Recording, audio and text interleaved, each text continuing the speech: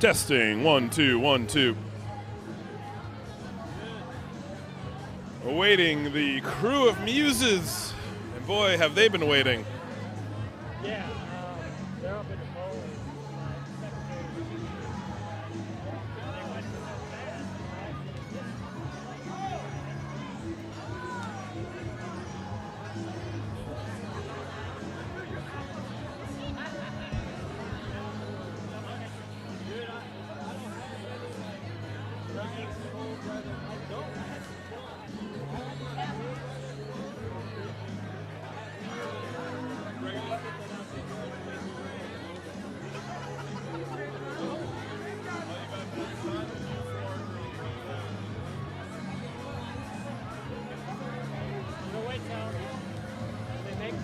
Right here, we're doing establishing shot. We're going to introduce ourselves, Okay. set the stage.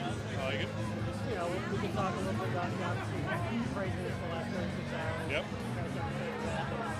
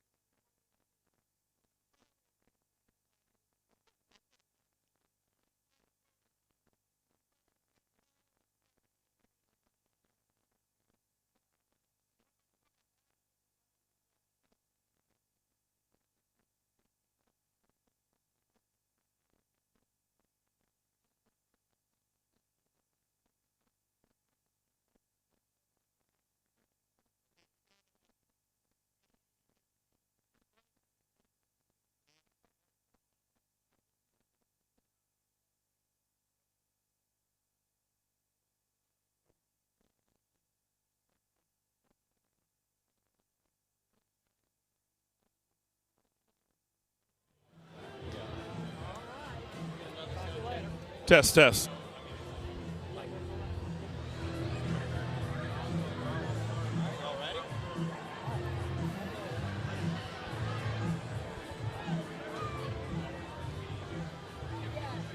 Coming to you live from St. Charles Avenue in New Orleans, Louisiana, getting ready to kick off the greatest free show on earth. It's Mardi Gras. I'm Ian McNulty. I've got my buddy here, Keith Spiro. You know him, you love him. We're, of course, with the Times-Picayune, the New Orleans Advocate, NOLA.com, and we are going to be broadcasting you a tremendous slate, a heavyweight bout of parades. Muses is just getting rolling here.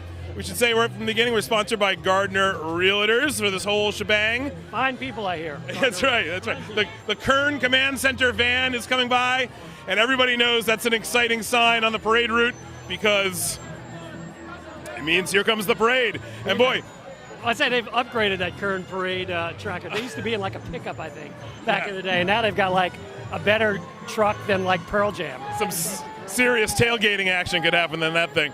And we're going to have a lot fewer marching groups and bands, but here is one to start it off, the Camel Toe Lady Steppers. And they're definitely part of this trend of female marching groups that have names that, I don't know, how would you say it, Ian? Have a couple of different meanings. They're tongue-in-cheek, whichever cheek you choose. That was Ian that said that, not Keith. But yeah, look, it was a shame. Obviously, this parade was pushed back a night, 24 hours, because of the high winds last night. So most of the units were cut out, most of the dancing units and bands. But some of them survived to make the march. The Camel Toe Lady Steppers, one of them. And obviously, a very colorful group of folks. Cool headdresses, the pink and black. Looking good, ladies. Let's listen to this band a little bit.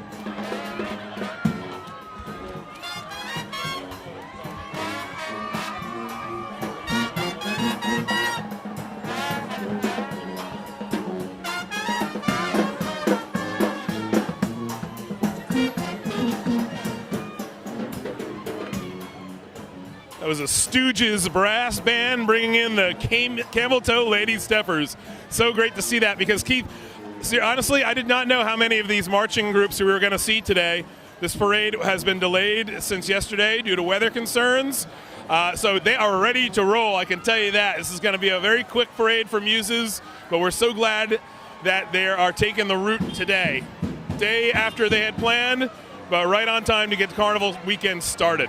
And it's one of the two parades from last night that's been rescheduled for tonight. The third one is going to be on Sunday. So right now, though, the first unit of Muses is rolling up. This is the Goddessy float. And, well, there you have it. It's got a Pegasus out front. Some really cool, what are those, Japanese lanterns, would you say? Oh, yeah, it's gorgeous. It's like petals floating in the wind. Look at those, the oak bows overhead. Gorgeous stenciling along the side. Just a beautiful way to set the scene for what is, in my opinion, one of the most beautiful parades, if not the most beautiful parade of Carnival. Fairly impressive bark on that faux oak tree there. I kind of half expect to see a squirrel going up it. But just watch out for termites. Yes, always a hazard. And look what we have coming next here. I think you guys can see it with the dramatic flambeau lighting up the backdrop. This would be Jennifer Coolidge, I believe, huh? This is the Muses shoe.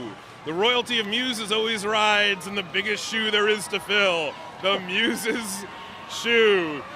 Jennifer Coolidge has the honor of being the honorary Muse today.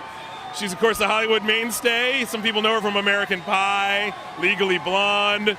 She's been with Christopher Guest in a lot of his productions, Best in Show, Mighty Wind, for your consideration. She's also well known around New Orleans, been coming to New Orleans for a long time. There's Jennifer Coolidge. AKA Stifler's mom. Hey, Stifler's mom, throw something over here. Hey, hey. I just made eye contact with Stifler's mom. I don't know what that means, but that's big time. I think that means you're halfway famous. Didn't Fountains of Wayne have a song about Stifler's mom? Oh no, it was Stacy's mom. My bad, Stacy's mom. Well, you know, Jennifer, she got started coming to New Orleans a while back when her sister Susanna was a student at Tulane, and she's been a fan of the city ever since. Spends a lot of her time here. Very, very active in charitable circles, especially around AIDS assistance and animal rights. So all those flambeaux marching behind her, lighting the way. And here comes Float 3, happy birthday to us. It's the 20th birthday for Muses. I don't know what it means that they just put out the candles before they got to us, like all those cool sparks just ended. I feel a little bit left out, a little bit insulted, but kind of cool. Muses' 20th birthday in 2020. Oh, there go the sparks again as they go by us. Of course, naturally. There you go. Yeah, stopping for the camera, right. Okay. But no, congratulations to Muses, their 20th season. Beautiful thing that it fell on the 20th of February, 2020. The stars have aligned for Muses. And here comes Cool Bone. Check this out. Cool Bone, one of the bands that actually started this sort of brass hip-hop combination a while back. They're doing a little more brass than hip-hop now. Bands like the Soul Rebels have taken over. But cool band, been around a long time, have some roots that run deep with some of the guys in that band. And so there they go. Actually, one of the few bands you're going to see. All right, one of my favorite floats coming up here. Certainly, one of the things about Mardi Gras parades, Keith, a lot of them, they have their signature floats.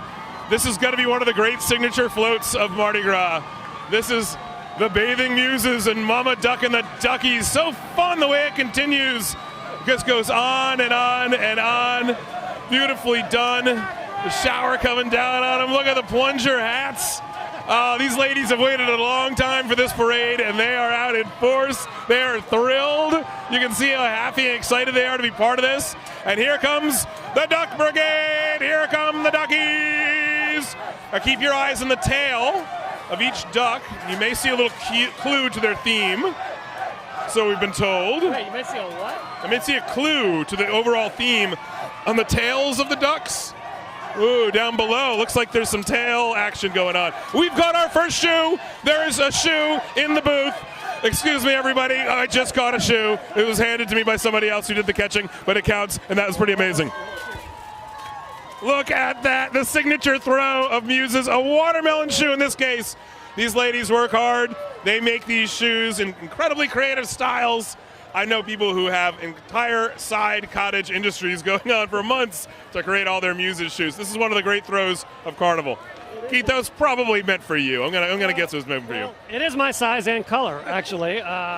If I get a matching one, I guarantee you I will wear this on Mardi Gras Day. Hoping for a miracle. Hoping for a miracle. Another Muses shoe for Keith, and he has to walk the walk. And to tell you how much people go to get these shoes, my wife and 8-year-old daughter chased this parade like 7 blocks to get a shoe for my daughter's 2nd grade teacher just a little while ago. So I have a sign for her as well. I'm going to try and get a second shoe from the same teacher. Very cool. And that just shows you the connections that run through these Mardi Gras parades. People's teachers are on the parades. People's moms are on the parades.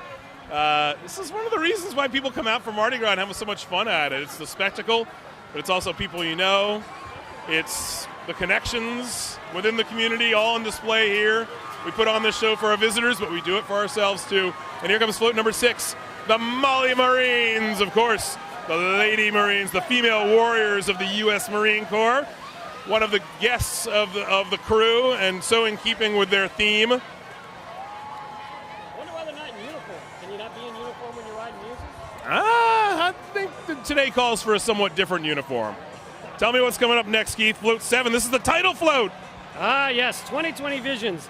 Nostramuse sees all. So it's a bit of a foretelling the future, a little Nostradamus play there. So all these floats will in some way relate to something happening in the future, including us probably freezing our tails off before the night's over because the temperature is dropping out here. Yeah, the temperature's dropping, but the excitement is ramping up. So far, it's been beads and blinkies and flambeaus and floats. There comes the Nostradamus. Nostradamus sees all. 2020 Visions. My vision, Keith, is that this tells us the rest of the parade will be predictions of the future for New Orleans, for America, for the world. Oh, this is a great, great start to the parade. They're throwing heavy, and they're throwing quality. It's the great thing about Muses, too. Not just the amount thrown, but the quality of the throws. The shoe being, of course, the coveted throw. But look what else we get. We're getting heel beads. We're getting light-up beads. Some sort of stiletto heel that does light up. It is not wearable size, but I will add it to the measly collection of beads on my neck currently. So hopefully some more. The problem, we're under a tent here, so I think we're kind of shielded from a lot of the throws. requires a very specific throw to get to it. Okay, float 8. Greased palmistry. It's like they're making a little commentary on getting the job done. What's it going to take to grease the palms with a fixer? Some stormy situations, perhaps? It's odd because that never seems to happen in New Orleans. I don't know what they're referring to. They may have even been going for an even bigger glimpse of the extent of the greased palmistry. Throwing bones is number 9. Yes. Some references to some past things that have come up to people. There's something about a racist photo in a yearbook, claimed to be an American Indian, which I think is a reference to perhaps a certain presidential candidate. So they're kind of the Muses hitting on all sides of the political spectrum tonight. And let me tell you, Keith, these floats are really moving. I haven't seen a parade move this fast in quite some time. They've got a straight shot here, right down St. Charles Avenue, beautiful St. Charles Avenue. Float 10, reading tea leaves. There's the English Brexit tea. Yes. Again, very political for Muses so far.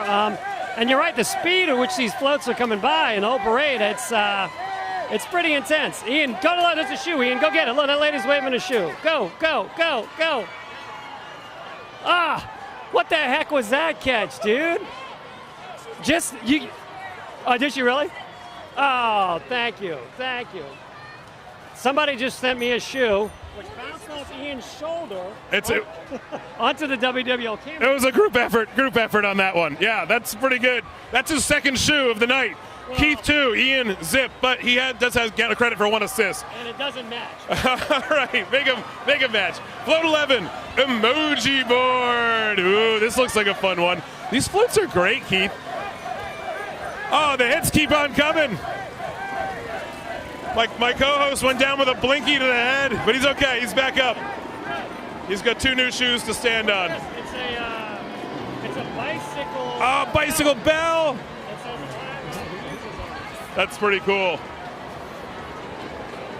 Like I said earlier, Keith, great throws. Not just the same old stuff, but stuff you're actually going to see used around New Orleans. Okay, float 12 is Love Motion number 9.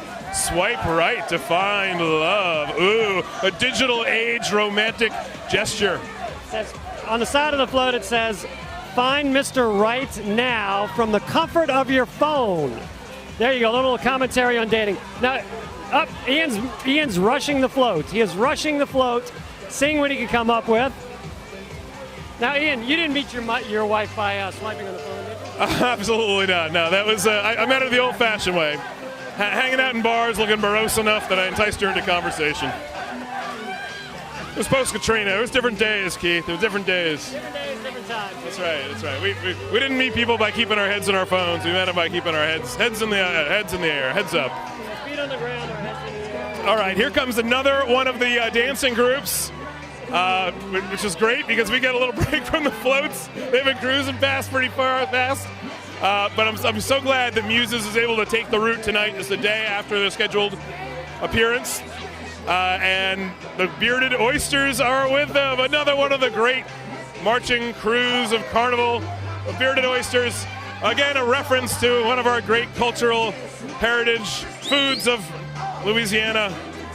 The oyster, which proudly has a beard when grown in such lush conditions as we have it down here in the Estuarine Delta. As a gentleman who writes about food, you're the perfect man to speak knowledgeably about oysters and their beards. So thank you for filling us all in. But now, they're really not dressed like oysters. It's more of I don't know, what are those, fairies? Fairy wings, or almost like a jellyfish? Or what the heck would you say that is? Butterfly? Well, it goes back to the biology of the oyster, you see, Keith. It's a filament that the oyster sends out at a certain time of the year when it's time to molt and time to go into that stage of its life. Obviously making that part up. But oysters, of course, very popular here in Louisiana. One of the delicacies. You can find them all over the country. But I believe there are no oysters better than Louisiana oysters, and probably no oysters better than the bearded oysters marching in front of us. And there is an actual bearded oyster down there. I don't know if he's in the shot right now, but there's a guy right down there in front of our stand. So I think that's a first. I've never actually seen one of the bearded oysters with a beard, so there you go. Yeah, talk about the person with the beard. Is that person with the beard right there? We got a sound system coming up behind here. I have mixed feelings about the really loud speakers in these parades. I'm all for them having the music for the people to dance by, but I don't know if they need to hear it in Kenner. Can I just get off my lawn from you, Keith? Just to finish the thought. Just get off my lawn, right? I say that as a music guy, you know what I'm saying? You live your whole career in front of big speakers. You're upset that a couple of them are on a parade route? Part of the problem is I forgot my earplugs. Okay, well, we got the bearded oysters cruising past us. And as you pointed out, a few male bearded oysters. I think those are the reefs, perhaps, the oyster reefs of the crowd. Indisputably. Well, we're not here to assign anybody whatever gender an oyster chooses is fine with us. Especially in Mardi Gras, it's all good. That's right. It's the oyster knows a thing or two about being fluid, right? So let's leave it at that one. But here comes the big booming sounds of the bearded oysters musical accompaniment, and the floats keep coming. Keith, we can see them peeling around Lee Circle. We can see them one after the next. This is it's actually pretty exciting to have this many floats lined up. It's not traditional, it's not normal, it's not ideal, but I love the get-it-done-edness of tonight's spirit. They're rolling fast, and they're having a parade that they're going to remember and that we're going to remember. Muses is putting on a show for New Orleans. Was that me? You were hitting at me. This float up right now, number 13, Lucky 13, the numerology float. Again, keeping with the Nostra Muses theme. Here, Ian, speak to the people. Yeah, I was just getting some updates from our studio, 20 feet behind me. They said, keep it up. No one really gets your jokes, but as long as you're laughing, they think that they're funny. So that's helpful. Here's one of the cool throws that we got. It's a mystic iron-on patch of some sort. It's an iron-on patch. The Muses. Let me get another one. The Muses have great throws because you're going to see these things out and about. That's going to be on someone's bicycle. Hopefully mine if I can pry it out of Keith's greedy little hands later tonight. I don't know. I have an 8-year-old daughter that'll fight you for this little bell ring, but... She's young. She'll get over it. Yeah, you could totally take her. I mean, I have more bikes than her. She probably only has 1 or 2 bikes. I've got like 8 junkers that I keep around for Mardi Gras friends. Okay, he's got 2 shoes. And again, though, the problem is the colors clash, the pink and the orange. That's the problem? That's one of the problems, yeah. I mean, I would like to reveal that if as long as one is left and one is right, you're way ahead of the game. They both look like something that would break my ankles if I even remotely attempted. What? Victor's signaling me. What? That's your shoe? That's my shoe. Okay. That's Victor's shoe. Oh, okay. We have just gotten an update from stage left that is not Keith's shoe. Keith now has 1 shoe. He is holding another one for another man as a prop. Victor Andrews, one of our carnival kings of the media world, without whom we could not get nearly any piece of the coverage that we put together done. A lot of that coverage you see in the Times-Picayune and on NOLA.com. Comes to work of a lot of people. Victor Andrews is one of those people. Doesn't always get a byline, but is always very, very much in our minds when we're grateful for the team that gets it done. And what's happening right now, this is the famous parade pause, which used to frustrate me quite a bit. Oh, no, there's a real reason. There's a toast, right? Victor is letting us know there's a toast going on at Gallier Hall right now with the royalty. But I can say, as a kid watching a parade, I didn't care about toast. I was just like, why is the float here? And of course, the float has not stopped in front of us, which is even more frustrating because if you're going to stop, be here where you can bombard us with some stuff. But it's literally, 30 feet away.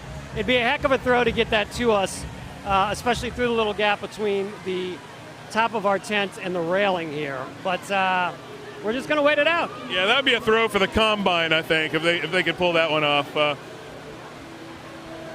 we've seen some pretty fun floats so far. We're already on number 13. And just a reminder to folks who may be just tuning in, Ian McNulty, the food writer for Times Picayune New Orleans Advocate, here with our music writer, Keith Spiro. Brought to you by Gardner Realtors. They're sponsoring this whole shebang out here on St. Charles Avenue with our parade cam, bringing this to you wherever your link is running right. We are having an extraordinary day on the parade route today, and we're just getting started. We have 5, count them, 5, folks, parades due to yesterday's rescheduling out of some weather concerns, high winds, and boy, I felt a few of those. I would not want to be on top of a float when some of those gusts were coming through. So safety first. They pulled the trigger on that and rescheduled.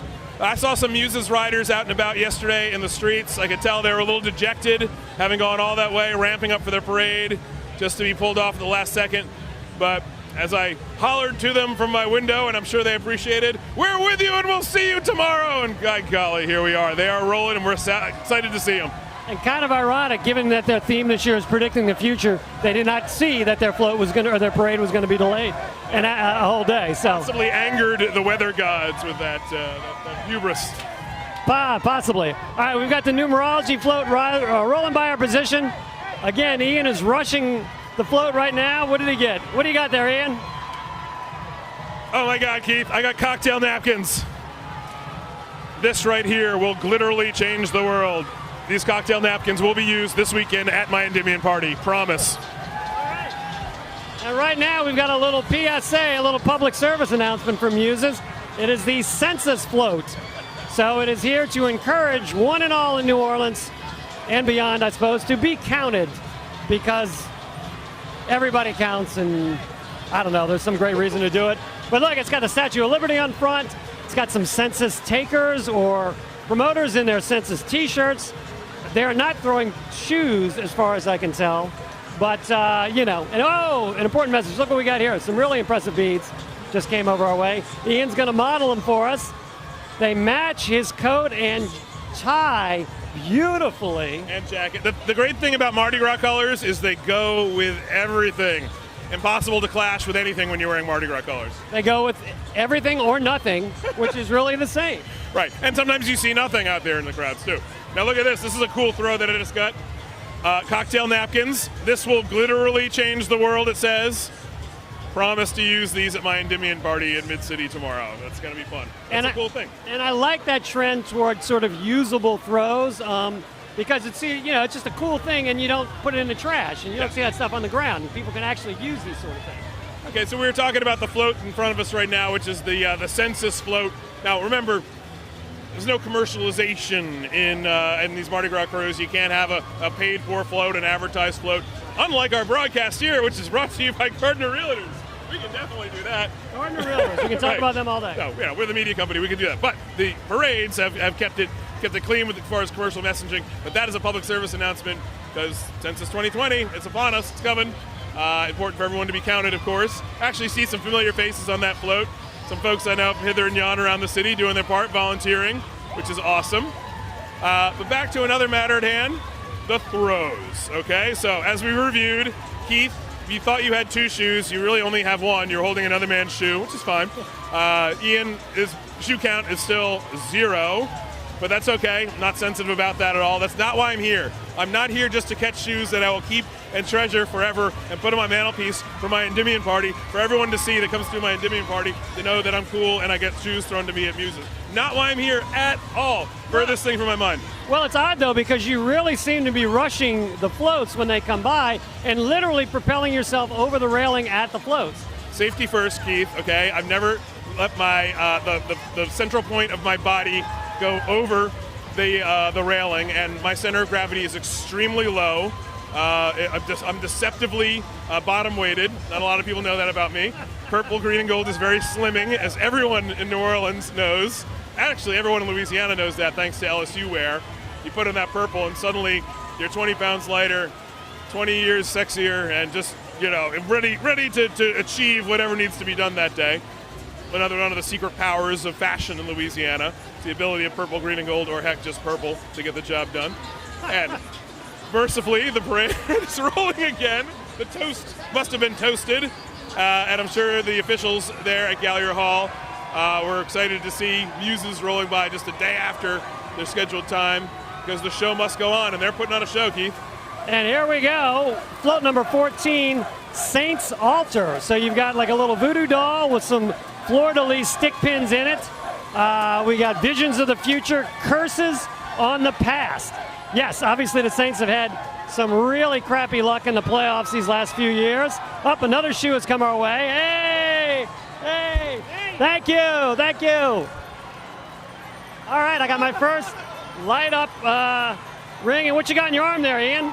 I've got a shoe. We will return to the shoe later, but first, this is one of the key floats of Muses. Float number 15, of course, always has the shadow dancer, and this time travel to the future of Mardi Gras. What happens when we time travel to the future of Mardi Gras? It's literally out of control. The riders are glittering, coconuts are glittering. Shoes versus announcers are glittering, for that matter. It's everywhere you look. The barricades are glittered, the ice chests, the cops' uniforms. Everything's glittery, downright sparkly. All right, hey, and next up, float 16, fortune selling, eye-cha-ching. Is that an oil rig, an Old Faithful I see? Is everything for sale? They're mining the Grand Canyon? You don't have to be a psychic or work at the EPA to see that in America today. Oh my God, the shoes are raining down like so much rain. Well, I think there was a fellow employee of ours on that float, actually, so that may have been the reason some of these came by, huh? Nope. I'm going with just we're handsome and they love us and they can't resist. Oh, what is this one? That one's from Sarah. Ah, see, it is from Sarah. Oh, coworker. my God, Look at these. It's like a shoe store up here. It's like a Payless, a really upscale Payless up here in the. Pay nothing in our case. They pay nothing. Yes. What do we got here? We got the Seeing Eye. What is the All Seeing Eye seeing today? The all-seeing eye. All right, let's see what we got. Oh, they see you everywhere. They see you on your porches, at street corners, everywhere. Watch your speed, because you could see some mail in your future. Yeah, ain't that something? You think you're having a pretty good day, you come home and they nab you for blowing a 22 mile an hour in a 20 mile an hour zone at 8:59 in the morning a couple weeks back. That's a good kick in the pants for you. Well, I got one for a school zone where a school didn't even exist anymore. It's so basically a tax on people who have to drive to work, let's face it. It's basically a tax on anyone with a car is what it boils down to. We're talking about the speed cameras here. All right, what do we got? Number 18 already. Jeez. Political tarot. We're not dealing with a full deck. This is fun. Of course, these are we see Justice Ginsburg. We see the Obamas. They're equal. Equal opportunity. What do we got here? Satirists. What are we looking at here? Oh, they're throwing cups with art. Oracle of the sky. Oh, this is cool. Bringing in the beloved New Orleans chief meteorologist, Margaret Orr. As they call her on the float, Margaret Oracle. Seems like they should actually have Margaret riding. I mean, she is like alive and with us and very active. So they could have put her on her own float, which would have been kind of cool. That's pretty cool.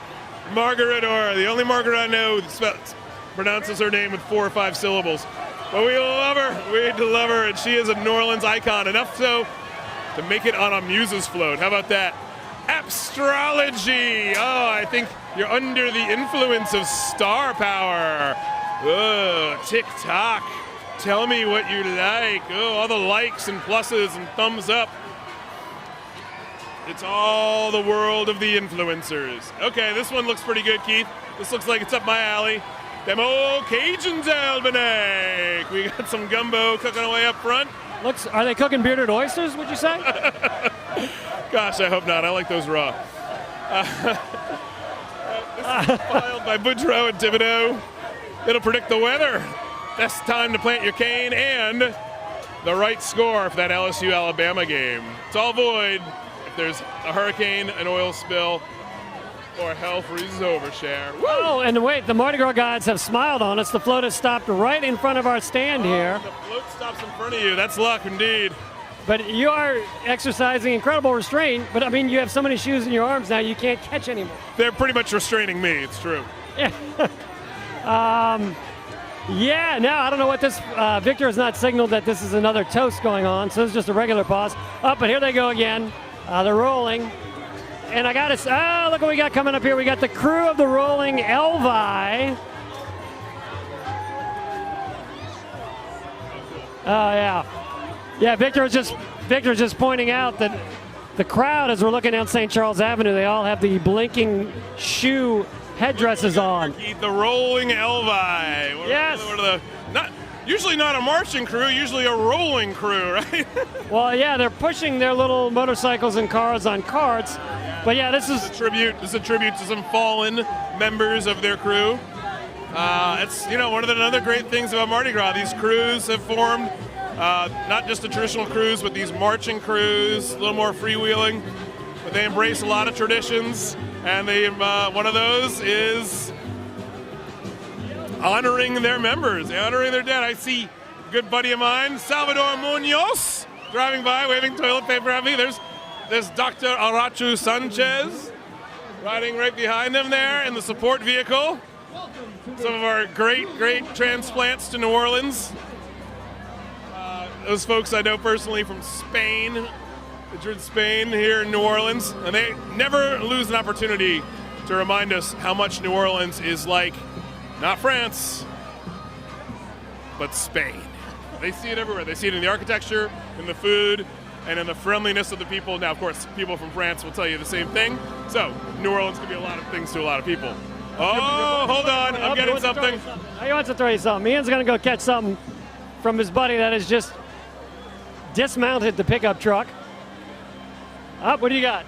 Koozie. It's a koozie. It's a rolling Elvi koozie. Jailhouse Rockers. This is one of the subgroups of the rolling Elvi. And again, Jailhouse there it is, Rockers right there. Koozie. Thank you very much. And again, one of the few non-float units that is actually in Muses tonight. Most of them had to drop out after the parade was moved from last night to tonight because they wanted the parade to move a lot faster because there are 5 of them tonight. So in order to shorten the parade, make it go a little quicker, they got rid of most of the all of the marching bands, most of the marching units. But oh, look, that's Doug McCash. We see Doug McCash on his motorbike, arts and entertainment writer for our fine organization here. Let's go up and see if we get. Oh! Good throw, Doug, good throw. What does he see? What did he toss us here? Hold on. It is a necklace. Oh, that is so cool, Keith. It's banana and peanut butter sandwiches for Elvis.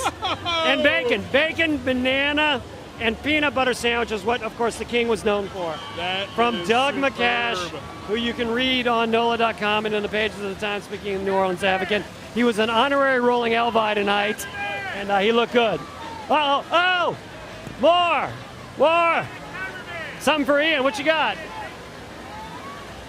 Oh, look at this. I think it's an apron. The cape. Oh, it's a cape. That's no apron. That's a cape. That's an Evel Knievel cape, baby. Oh, my gosh. Wow, an Evel Knievel cape and an Elvis necklace. An Evel Elvi cape. An Evel Elvi, even better. Even better. I think that was that McCash's real beard? He looked great. Doug McCash, the arts writer for NOLA.com, the Times Speaking New Orleans Advocate now, all those things. He's been a longtime presence on the cultural scene here in New Orleans, and he will tell you that he has the greatest job in the world. We don't doubt him. Actually, being a guy who covers food and covers music in this town, I'd say it's a dead heat. But his enthusiasm is never in question. And, he's living a pretty good life if he's out there rolling with the rolling Elvi, I'll tell you that. And tell you how far back Doug and I go. When my first article for Offbeat magazine after college in 1990, he painted the cover art that appeared on that issue of Offbeat. So I've known Doug since 1990, and we've worked together off and on. Here come the Priscillas. Of course, another unit of the rolling Elvi, the Priscillas. The Priscillas, The yep. lovely Priscillas. The lovely Priscillas. The wives of Elvis. And here's your Marie Laveau go-to voodoo drive-through. That's worth repeating. The Marie Laveau to-go voodoo drive-through. I love it. Your authentic New Orleans experience. Poking fun at your Gree-Gree, your Marie Laveau to go. Of course, a reference to the famous Voodoo Queen. More shoes Oh just my God. keep falling on the decks here. I think we must have known somebody here because we just got 2 more shoes. A huge necklace. There you go. Wow. Reversal of fortune cookies is our next float. Oh boy. Bad advice. Invest in sucre. Oh, we know that one. Owls make great pets. Tattoo, what does it say? Tattoos are a sign of romantic commitment. Tattoos are a sign of romantic commitment. Advertise in the yellow pages. There's a whole generation that doesn't know why that's funny. Exactly. You can rewire anything yourself, it says down there. You can rewire anything yourself. A good son never moves out. I practiced that for several years after college. Same, English major. You don't need flood insurance, says another fortune cookie. Why would you need flood insurance in New Orleans? What a silly, silly thing. All right, Muses, keeping it sharp here. Very clever float so far. Number 24, Psycho Friends Network.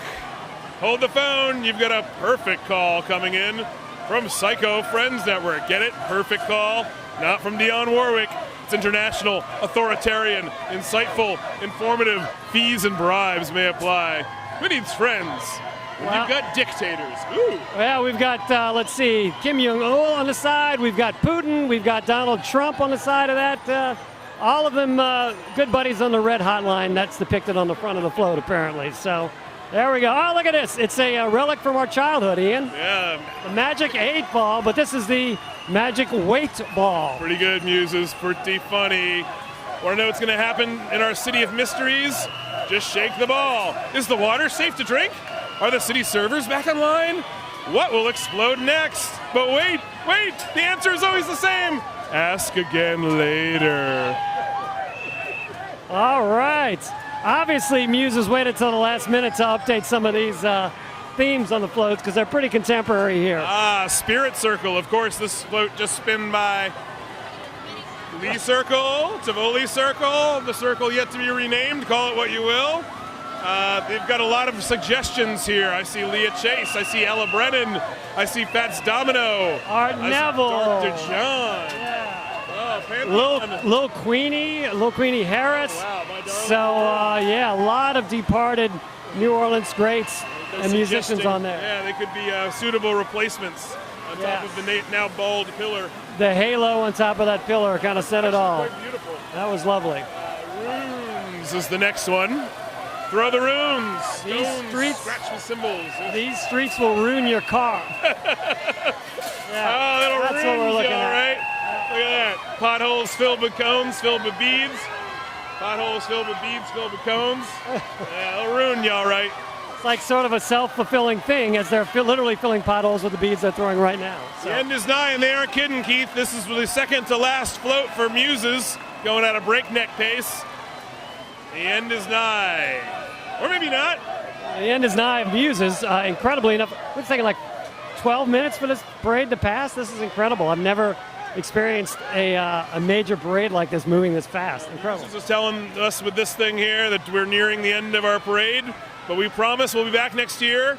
So don't Wait, what drink number the is this? Kool-Aid. Oh my gosh. This is 28. Oh, I missed my daughter's teacher. Oh my god. Oh no, wait, maybe she threw me that shoe. Maybe that was one of the shoes that came us. All will be revealed at the after party.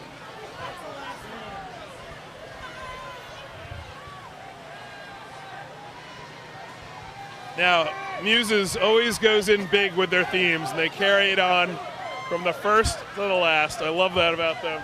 This has been pretty entertaining. What a great way to start off a blockbuster night. Of course, right after this float, we have the Sirens, or the Sirens. No fire truck, though, of course, for the parades this year, as we know from the headlines. Yeah, So different kind of. another odd twist of Mardi Gras this year with the ongoing labor dispute between the city and the fire department. The firefighters are not apparently doing the voluntary overtime shifts that included riding at the end of the parade. So you've had this kind of strange thing for lifelong New Orleanians who are used to the fire trucks being the signal for the end of the parade. Now the last float happens and everyone just kind of stands around like, are we done? Is that it? Do we go home now? Because those fire trucks aren't here to signal the end. Let's face it, New Orleanians need someone to tell them when it's time to go home. Yes, they do. Fire truck has long signaled that. Well, and tonight, you really don't have to go home because there's going to be 40 parades, one after the other, so you don't need the fire truck. No, you cannot. And Keith, as you say those words, I can actually see the lead elements of the next parade. Just a few car lengths back. Just a mere block and a half from where we stand right now. This parade is not even done, and I see the next one creeping up on us. The end is nigh, Muses. But boy, you made this parade pretty memorable. What a lot of fun that was. And of course, our last one, the Sirens, cast out by the Muses. They end the parade each year. What do you have to do to be cast out of the crew of Muses, I wonder? Well, these sirens, they lure sailors to their doom. The Muses inspire the arts and sciences, and most especially the revelry of New Orleans. But eventually, the bad Muses end up on the Sirens float. It's a really well done float. The images on the front kind of remind me of the infamous mermaids from the 1984 World's Fair here, which caused quite a stir as they were bare-chested, as are the sirens out front here, but very artfully done, very tastefully done, and it's a really beautiful float all around. Great way to end the Muses parade here. We should take stock of everything we got. It's quite a haul. Yeah, that was a whirlwind, Keith. But next float's coming up, next parade coming up fast upon that. This parade route was just about bare, packed with people, but they had only the bling that they brought with them, a whole lot of camo, a whole lot of hats, a whole lot of fun costumes. But now, same folks are covered with blinkies and beads and fun and sharing stuff and trading it back and forth, comparing notes. What did you get? What did I get? How many shoes did you get? We may never know the true shoe count, Keith. That may be one of the mysteries that we leave with this night with. But this night is young. Next up is Babylon. Sargon coming up first.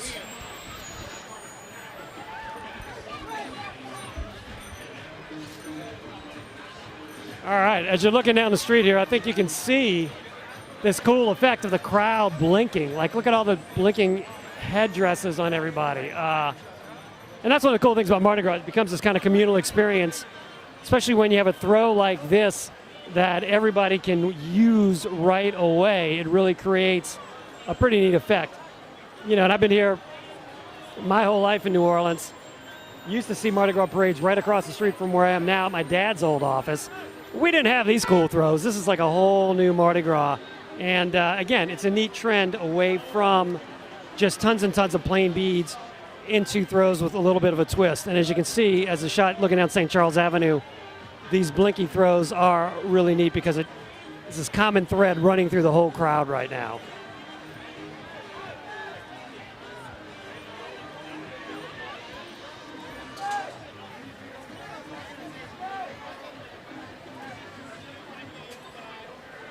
All right, you ready for number 2, Ian? It's coming on here just a couple of minutes. I gotta say, I'm pooped.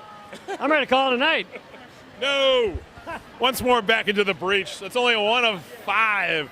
This is not, Keith Spira, our music writer, this is not going to a concert, with a headliner and an opening act maybe. I usually skip the opening acts for a reason. This is going to a whole festival, okay? This is a Lollapalooza of parades tonight. So this is not like a Celine Dion show. This is like a night at Shasta. Right. Well, let's go back a second to Muses while we're waiting on King Sargon of Babylon to arrive. We can see him. 20 years ago was the first ride for Muses. I happened to be there. I was fresh, new arrival in New Orleans, just getting my feet wet, just learning about some of these Mardi Gras traditions. Yep. And I remember it being a big deal, right? It was a new crew. Those don't come along every day. Certainly not one rolling down St. Charles Avenue. Thursday night, really fired up Thursday night, I feel like. And, of course, an all-female crew. Made a big difference. Filled up fast. Showed the desire, the eagerness for more women to participate in Carnival as float riders. And of course, they participate in Carnival in every way imaginable. But to actually be on the floats, to be in the cruise, joining the ranks of Iris and Cleopatra and the others that came before him. Do you remember that first parade? Were you there? Yeah, it was special, and that really did kick off this sort of rejuvenation of Carnival, where the female crews now account for at least 2 of the 3 largest crews in Carnival, between Nyx and Iris and Endymion. I think the 3 biggest crews by members. They each have over 3,000 members. So, but then you've also got Femme Fatale and these other, and obviously Muses started off, these other predominantly female crews that have really rejuvenated the celebration, along with all these kind of cool offbeat marching groups. But now these guys coming along here, Muses is the new school.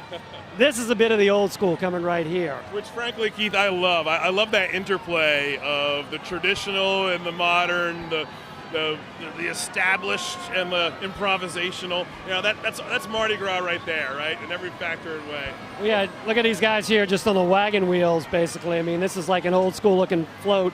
No garage float for this guy. This is like totally old school. Yeah, we got the captain of the Knights of Babylon, followed by his liege, Sargon. I'll leave it to someone who's better at Roman numerals to translate LXXV. I can only do that for Super Bowls, sorry. Let's see, what is it, LXXV? Is that 75? Possibly. We'll call it that for now. Yeah, we'll double check this. Sargon with his pages. Saigon 75 is a whole different thing. Yeah, that was different, yeah. That's different, yeah, much different. Yeah, much first, different. to quote Calvin Trill, that order of the day there was, save the cooks first, get the chefs out of there. All right, what do we got here? We got the royal officers on their trolley cart. Again, all of them got the old school capes, the masks. Don't see a whole lot of blinky stuff from these guys. Yeah, this may be a little more of your traditional crew.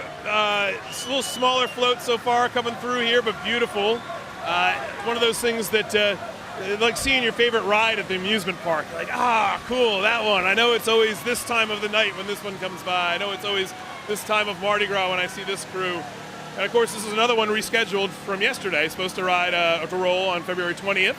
But gosh, I'm going to say it a few more times tonight. I'm grateful that they were able to work it out, because that is no easy task, reorganizing something as humongous and complex as these Mardi Gras parades right in the heart of the season on a dime, to be able to do that, to disembark, to disengage, and then to start that machine all over again a day later. Not an easy task. No, there's a lot of moving parts that go into it. You've got to coordinate with police, you've got to coordinate with the tractor drivers, you've got to coordinate with street closures and with the crew members. I mean, people have to rearrange schedules again after they've already made plans to ride on a certain day, to then reboot those plans to get costumed and organized in the right place all again tonight. It's a whole logistical headache. But yeah, man, I mean, when they hit the streets, obviously it's worth it here. Think about the babysitters, the rides home, the alibis, all of it has to be considered. Indeed. All right, we're at the Babylonian barge, modeled after the barges used on the River Nile by the Babylonians. Really cool. Made of papyrus in the old days. These days, made out of the prime resource of Mardi Gras New Orleans, paper mache. What's this? Victor is handing us, it's one of the cutout doubloons. Oh, very cool. Yes, it's like a trimmed out. They used to just be round back in the day, but now they come in all shapes and sizes. And this is a very cool one with the Babylon emblem on it in gold. Hanging gardens of Babylon floating past us now from Babylon. Cool hats on the riders there. It's like they picked up some hats from Wavy Gravy, actually. I didn't realize the hanging gardens of Babylon had such a psychedelic flair. Depends how you hang, man. All right, what do we got here? Temple of Marduk, the main temple of the city of Babylon. Mardi Gras is so educational. Well, I'd say it's kind of funny how the O-line crews don't go for the contemporary topics and the satire as much as they do these sort of, it's almost like little operas on wheels. You know, it's like some sort of opera theme. It's in something you may never have heard of, something kind of esoteric. But, the Babylon Jesters, we've heard of those guys. That we know what that is. Your classics teachers are rolling over in their lazy boys, hearing you say that. I was writing Led Zeppelin emblem logos on my notepads during classics class, apparently. Well, that is classic rock. It makes sense. Yes. The mythological menagerie coming by right now. A little bit of a theme here, I think. Theme, yeah, yes. Tonight's theme. A little bit of a theme. Mythological Menagerie. Always a good word. I like that word, menagerie. Absolutely. Exploring the different powers that people give to animal figures that made them godlike. Okay, so we're going to see animals throughout this parade that have become godlike with their powers. And first up, we've got a salamander that looks a bit like a beluga whale. Oh, don't you think? It's like a beluga whale with some sort of weird antenna. Yeah, that could be a pretty quick change in the shop to be a whale theme for sure. But You're going to see, I guarantee you're going to see that salamander as a whale next year in somebody's float, somebody's parade. No doubt. No doubt. All right. the view we have right now is pretty awesome because it is, like we said earlier, this is a little different pace and routine for these parades. These are the ones that were bumped from yesterday by weather cancellations. They're rolling today without their marching bands in between. So they're flying, and they're also really packed close together. So the net effect, though, is you look down St. Charles Avenue from our vantage point here, Keith, it's gorgeous. It looks like one gigantic float. Actually, this is what one float in Endymion looks like tomorrow. Exactly. This is the Pontchartrain Beach float in Endymion tomorrow. It's like 9 connected units. All right, here we got a swan. That's legit a swan. I don't think that looks like a whale at all. Can you pronounce the title of that float, Ian? That's a pass. Again, obviously you slept through that classics class. Well, all right, the Minotaur. That's the Lohengrin. Here we are. There we go, the Minotaur. Now we're talking. Yeah, now we're talking. Now we know what this is. Burly mythological creatures. Yeah, that I can handle. The body of the man and the head and tail of a bull. But the heart of gold too. Okay? Yes. He's got the head of a bull. He's got the body of a man. He's got a heart of gold.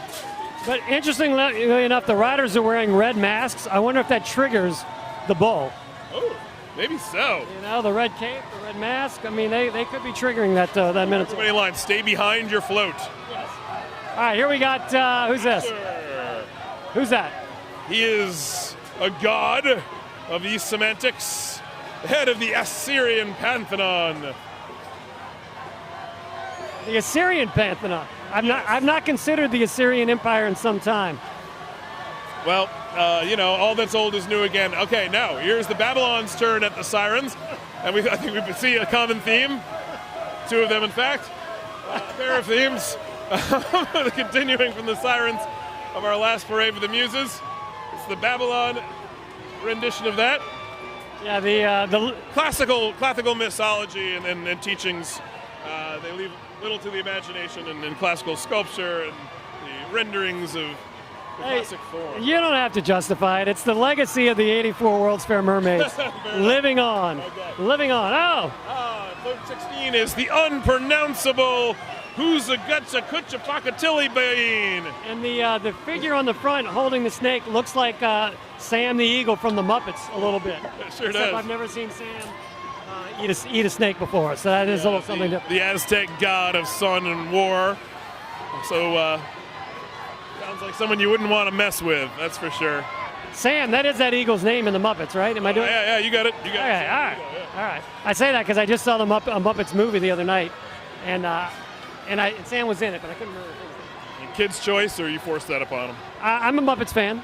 Yeah, same actually. I think it was the first time I ever saw Dr. John was on the Muppets. Dr. Teeth or Mr. Teeth? Mr. Teeth. Right? Yeah, but he did. Dr. John came on there. Oh, he did and the actual Dr. John. Yeah. He wasn't just with the character that was modeled after him. He made a guest appearance on the Muppets. It was meta. It was meta. Was it again Dr. Teeth or Mr. Teeth? Dr. Teeth. Dr. Teeth, the Muppet character. Really made it pretty clear where they were going there with the doctor. Very good. All right. Babylon rolling right along. We got just a battleship row of floats here lined up, throwing. Quite a bit of blinky stuff actually coming off of these now.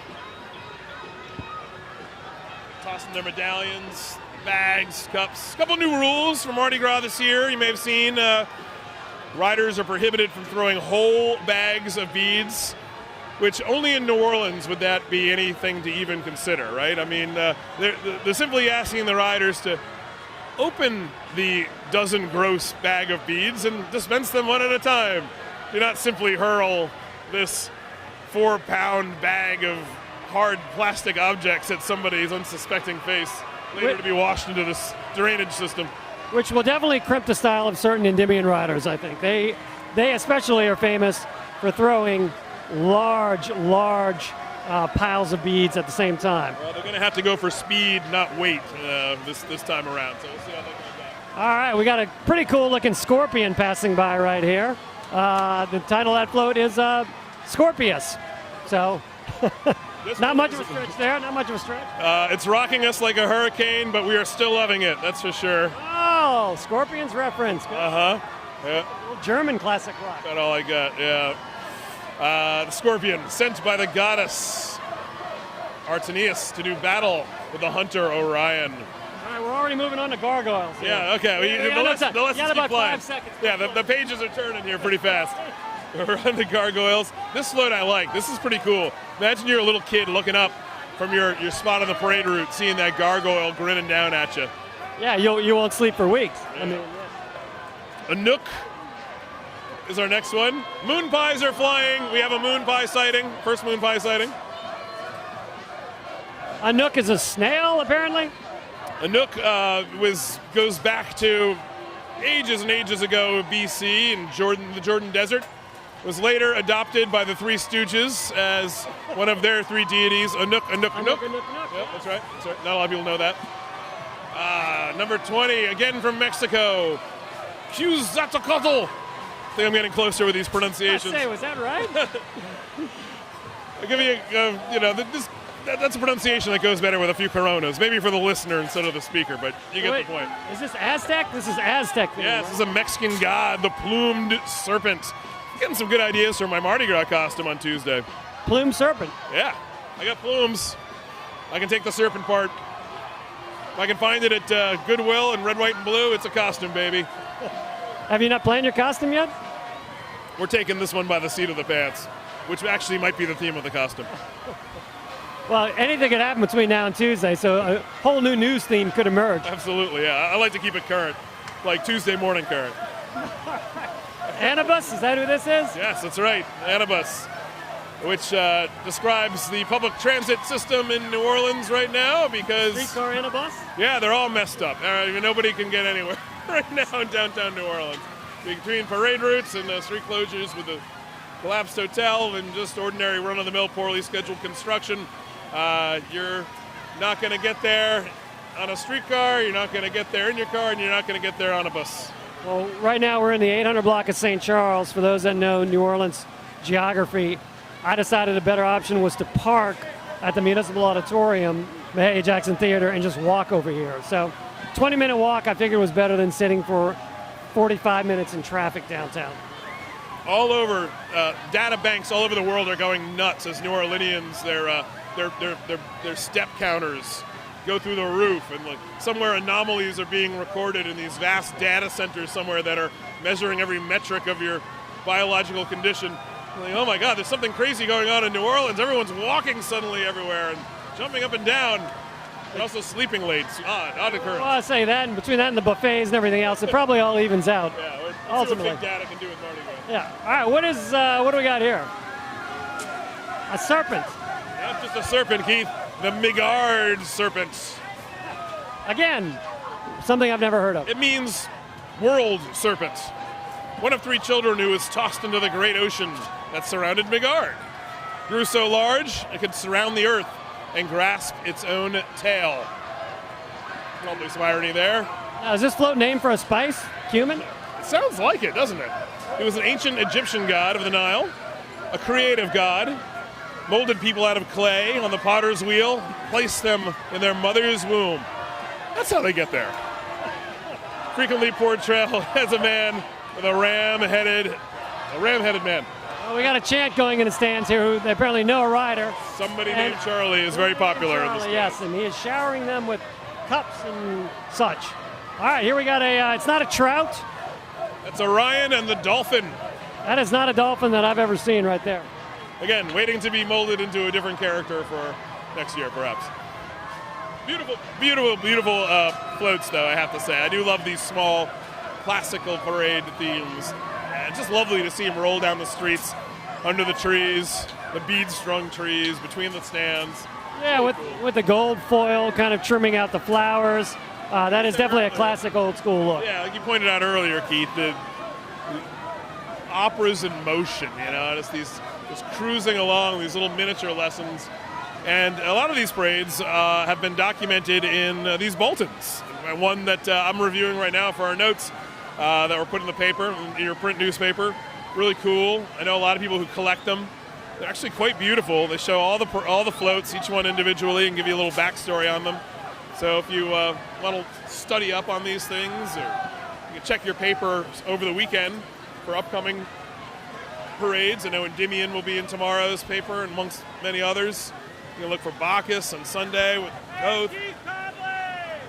Yeah, and it's a way to kind of set the stage for the parade, because i.e. like tonight, if you understand a little bit of what the theme's all about, you can appreciate the floats for the aesthetic and all the kind of thought that goes into it, beyond just the thrill of the colors and catching beads and all that.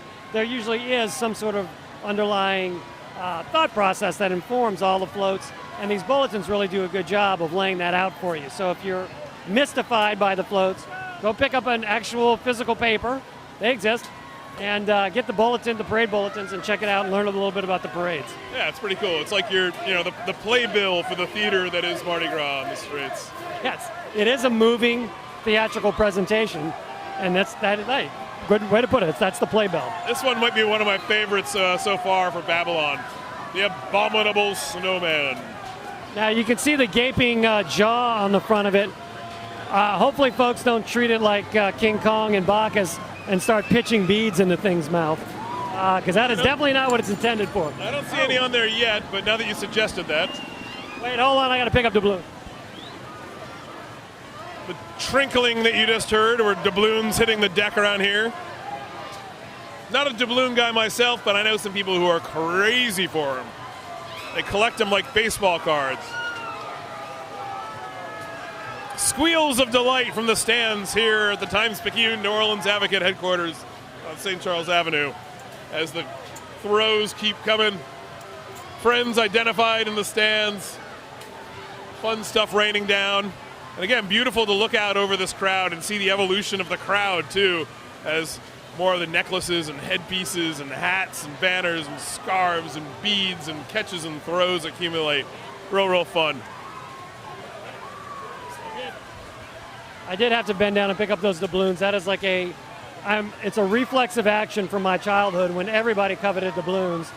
The sound of a doubloon hitting the ground just brings me back to when I was like 8 years old and having to scramble for them instantly. So now I feel like I've completed my mission for this particular parade. I have a fistful of gold Babylon doubloons in my hand. And a moon pie in the other. Living the dream. You have the coin of the realm and a tasty snack. I would gladly trade this moon pie for something. Okay, to your point earlier, Keith, about the educational nature of these things, I knew the Abominable Snowman from Rudolph. Sure. Turns out, The year without a Santa Claus? creature of Himalayan folklore, dating back to 336 BC. That was my second guess. Enhanced in 1921 by a journalist, Henry Newman. Many unsubstantiated sightings, including his appearance in Rudolph the Red-Nosed Reindeer, but known to live in the Himalayas.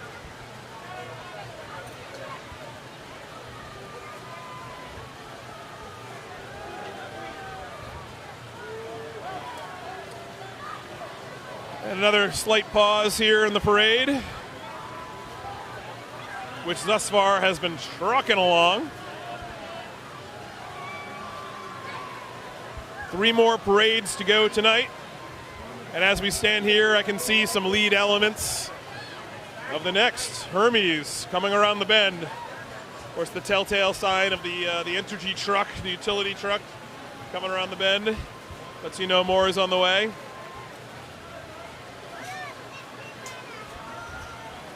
And as we're sitting here, we can talk a little bit about, the themes of New Orleanians being creatures of habit and how this is like a family celebration.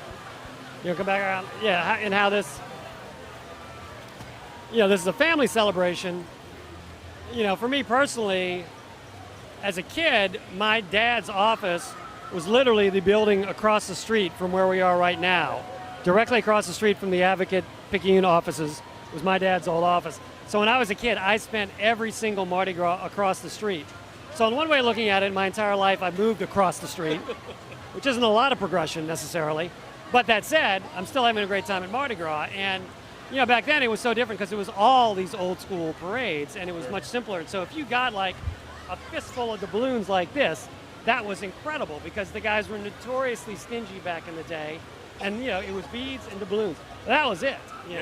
Maybe the supply chain was a little different too. I mean, this was maybe they weren't getting shipping containers of cheap plastic beads from China. So maybe you had to be a little more parsimonious with this stuff. But this is the thing to your bigger theme there, Keith. One of the things I love about Mardi Gras and experiencing it and frankly growing with it is the way that the framework is always there, even though the variables can change, right? We talked about it with the evolution of the more modern crews. Muses we saw roll by earlier, one of the modern crews. But working within the same framework that's been going on here for generations. So it's one generation can pick up the mantle of the next, put their own stamp on it, put their own personality on it, reflect the times a little more, and yet tradition continues too. It's one is not necessarily in competition with the other. I think they augment each other. Yeah, and that's the thing about Mardi Gras is that it is malleable in a sense. The bones are strong, the structure is strong, the basic framework of the thing has stayed the same. But yeah, as you say, it can adapt to the times. Some of the themes are a little bit different. I mean, obviously, there have been upheavals over the years. The integration battles back in the day, and just the fact that now there are so many female crews, which you didn't see. There were a couple of old line female crews back in the day, but not that many. Now that's such a strong part of Carnival. All these extra marching organizations have brought a whole new flavor to it. As I said, as I think back to being across the street 40 years ago and watching parades, and now, it still feels like the same experience. Absolutely. Mardi Gras is still the same, except that I'm not, with my dad with a stick and a piece of gum on it, trying to get doubloons out of the storm drains, because that's how valuable they were. You had to, it was worth rigging out some MacGyver contraption to get them out of the storm drains. That happened right there. So I'm not doing that anymore. But yeah, the experience of Mardi Gras has really remained the same for all these years. Yeah, catching a few doubloons, catching a few of those precious strings of beads. I can relate to that because obviously, as you can see, I really prefer the subtlety of Mardi Gras. It's not the size of the catch that you get or the number of them. But it's it's just the experience, that one-on-one, that connection you feel with people on the float when they throw something to you, including the biggest beads you've ever seen in your life. This is kind of ridiculous. I hate to break it to you, it's not the biggest I've ever seen, my friend. But. Well, scale goes a long way. This is about as big as I could possibly wear. But also Mardi Gras changes with us. We change too. We grew up. You're in a different phase in your life. You're still enjoying Mardi Gras in a different way than when you were a kid. Mardi Gras changes. We change, and yet every year around this time, we know there are these cultural cues that go off to remind us it's time to go outside, put up your hands, yell and scream. And guess what, folks? We're about to start doing it again because the floats are rolling. Yeah, and here we go. And yeah, you're right. The continuity is there. I mean, I experience it with my kids. They're up the route, seeing all these same floats about an hour and a half ago. So it's like they're in a different time zone or different time warp. They've seen this whole parade ahead of me. All right, so we got the freaky, abominable snowman is moving on. No beads in its mouth, thankfully. And what do we got next? Don't know if you've ever done this, Keith. Have you ever seen the same parade twice? Watch it up the start and then, hop on your bike or in your car if you can manage it and haul on down to downtown. I've managed that a couple times on assignments, writing about stuff along the route. And boy, it's kind of fun because you've already seen the parade and the people you're passing haven't seen it yet. Absolutely. Cool. When my wife rode Muses a couple of years, and I did that with her, because I kind of had an inside track to get some cool stuff from the float. So yes, I ran around twice. All right, what do we got? It's not gerbil, but... Gibbo, our final float for Babylon. This is the god of fire in Sumerian mythology. His mind was so vast, his wisdom so great, that even the gods could not fathom it. I can relate to that. And you said Sumerian, right? Yeah, Sumerian. So we've had Sumerian, Assyrian, Egyptian, Abominable. Himalayan. He was Himalayan. Himalayan. So yeah, so kind of covering all the old empires back in the day. Okay, now here come what have to be the hardest working folks on the parade route. These guys are actually trying to sell cheap plastic junk to people who have just been pummeled With cheap plastic junk for free. Yeah. You have people who cannot even carry all the things that they've collected from the parade, and yet somehow there is a business in selling them more of it. It's amazing. I can't. I actually really admire their ability to keep doing that. Well, I say I can't help but notice that the carts are still incredibly full. True. Getting at the end of the round. True. But every year they're out here, and every year somebody is looking to get a purple, green, and gold, can we say it, poo-shaped hat to wear on their head? Yeah, that would match your jacket. True. If it's under $5, I'll treat. If it's under $5, I'll buy you a poop hat. Oh, they even have cash apps. Oh, that's amazing. The world is tilted on its axis. They did not have that when I was a kid. Definitely not. I can assure you. Did they have the hawkers, though? Did they have Of course they had the hawkers. And, the big thing then was either cotton candy. Whoops. Cotton candy or those snap pop things that exploded. I'm going to tell you something really cool. I don't know if you could see it passing by earlier, but that van cruising past, pretty unmarked, but loaded with food. That is a food truck. Not for those of us on the route, not the food truck that you're thinking of selling hipster tacos or anything like that, but a food truck for the police, for the officers who are out working the route. It's provided by different organizations, different support organizations for the police who are out here working really long hours and really hard, come away with the weather, come away with the circumstances. And those trucks drive along and make sure that they're fed at their posts, which they often cannot leave for long, long spans of time. So if you see those, that van cruising by filled with trays of food, give them a salute. Thank them for what they're doing. I got a chance to talk with them one year for a story. It was actually pretty moving. I mean, it just shows you that everyone's out here indulging, having a great time, eating and drinking. I mean, it's Mardi Gras, it's Carnival. Do what you want to indulge. But for the public safety folks who are making sure it can all happen, just getting a sandwich delivered to them on the route can be a godsend. So it's a little perspective for you in the midst of all the revelry. Makes you wonder how many people that have dressed as cops during Mardi Gras have gotten a sandwich by mistake. I mean, that might not be a bad little scam. I like the way you're thinking, Keith. That's pretty good. I mean, Mardi Gras, you got to improvise. Citizens arrest and also give me some lunch. Exactly. That's what I'm talking about. Wow, I may have just solved my Mardi Gras costume dilemma right there. Whew. Yeah, I tell you, folks, it ended up, I was afraid it was going to be brutally cold out here tonight, but it is manageable. Maybe the spotlight that's shining on us is helping keep us warm.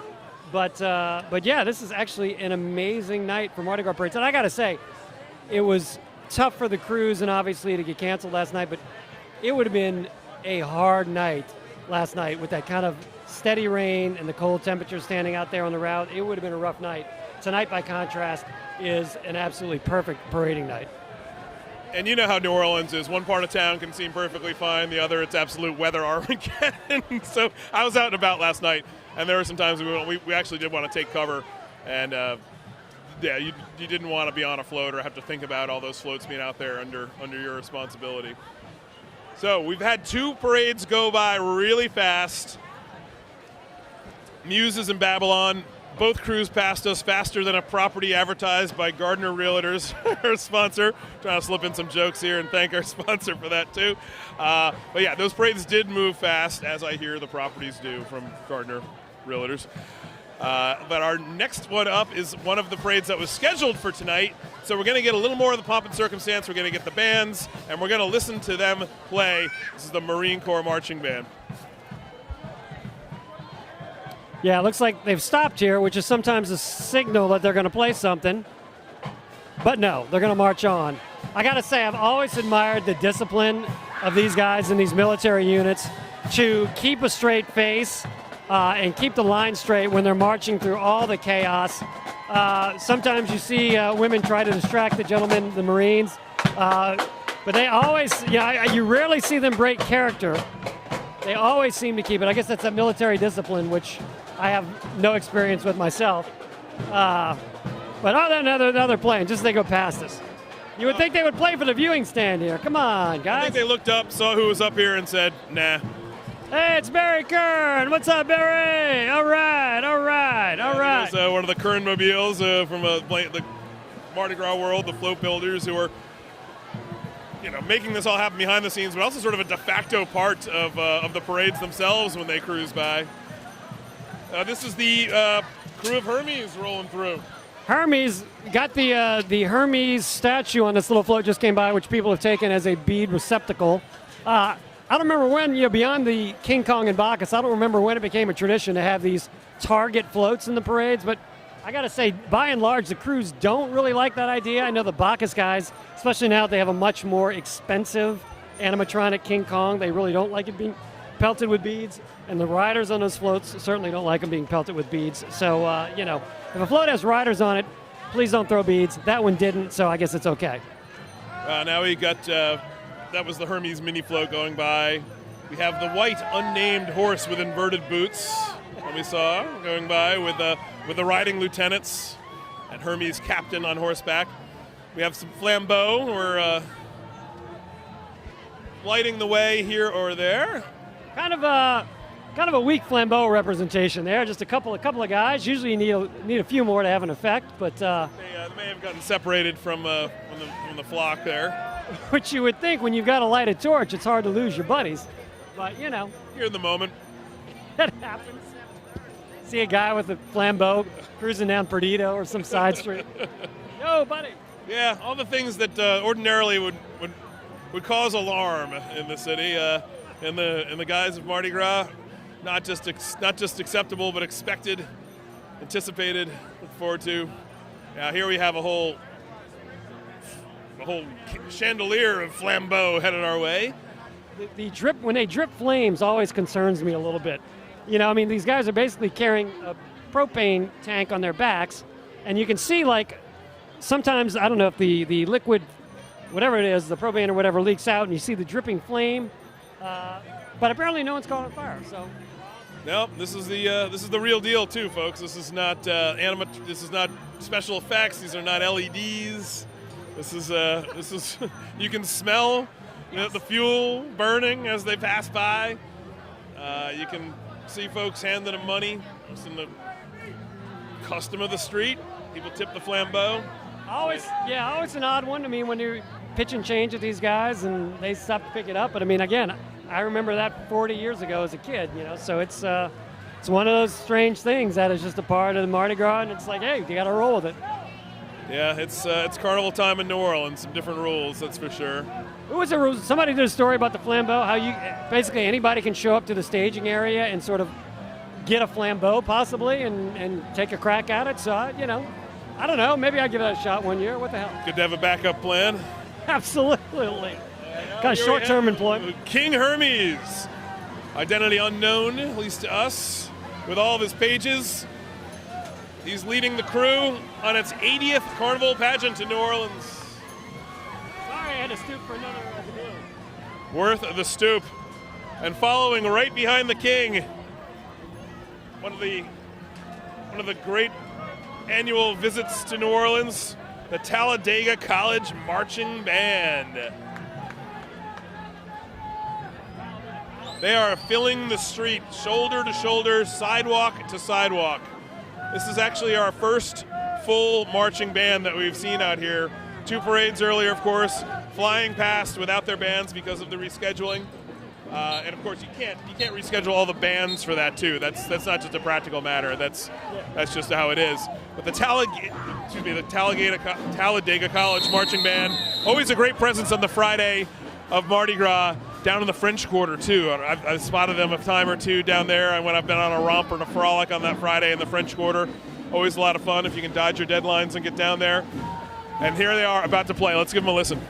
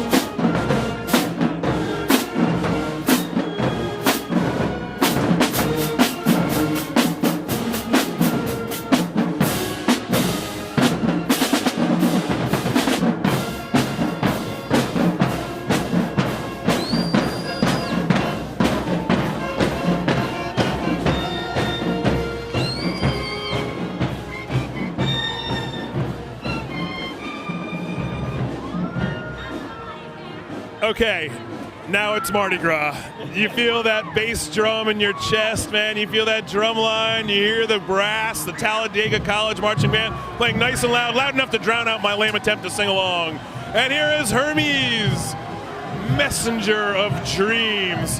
Talk about a gorgeous float, Keith. Now we're on to the classics in a big way. Yeah, and they're known for their neon in some of these floats here, which is a great look. You don't see it in many other parades. And back to the band, though, the Marching Tornado Band. What a great version of a Michael Jackson song, you know? I mean, that's a sign of a good song, good bones, when it can translate to a full marching band arrangement like that. And they did a great job. Keith, this is one of the big ones. Speaking of bands, a band that's wearing the same color as you, a little purple. The St. Augustine High School Band. Purple unites us. Purple unites us. You know, I went to Brother Martin, so St. Aug was one of our big rivals, but their band is pretty darn good. Let's listen. Now, does St. Aug consider Brother Martin a rival? Could it be a rivalry if it's only one way?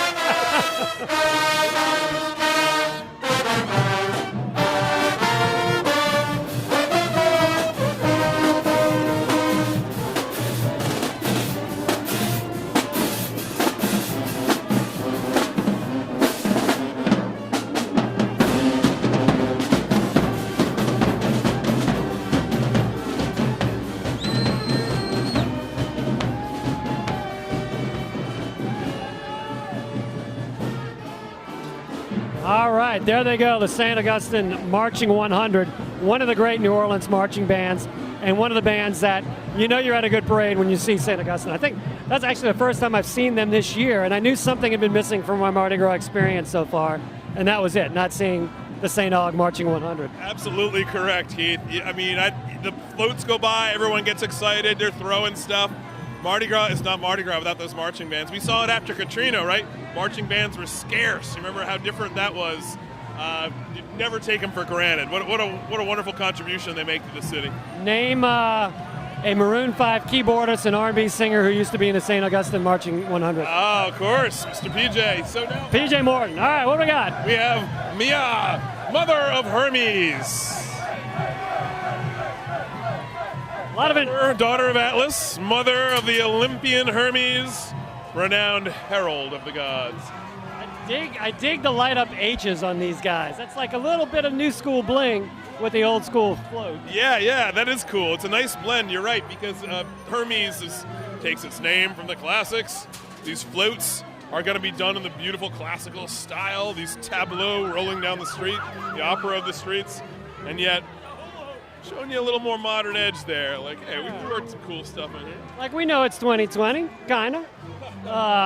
But yeah, you still got these kind of old school dukes and whatnot riding, who always kind of creeped me out a little bit as a kid. You know, they were so mysterious and expressionless, and you didn't quite know what was under there. But, you know, every now and then they would deign to lay a doubloon on you, which was cool. I think Hermes has that reputation of being it's an old school crew for sure. It's on its 80th pageant this year. But a little more modern energy, maybe. You know, they refreshed the ranks. I know a lot of younger guys who were in it. You know, they what we talked about earlier, it's that blend of tradition. The tradition has to be renewed. New people come in, new ideas come in. We all come out and partake in it together. All part of the grand tableau of Mardi Gras. Yeah, and, you know, again, Mardi Gras has a lot of traditions that other folks may not quite understand or may seem out of touch to some folks from other parts of the country, but, you know, it is part of that oddness that is New Orleans, you know, and it's... one of my favorite things in the world, Keith, is taking somebody that I care about, who I want to understand Mardi Gras, and showing them around for the first time. Because let's face it, most people, their impression of Mardi Gras is Bourbon Street, and what they've seen on TV. Maybe they have the awareness of a parade, but usually it's just sort of a debauched, sort of hanging out, oh my God, no rules kind of an experience. Is that part of it?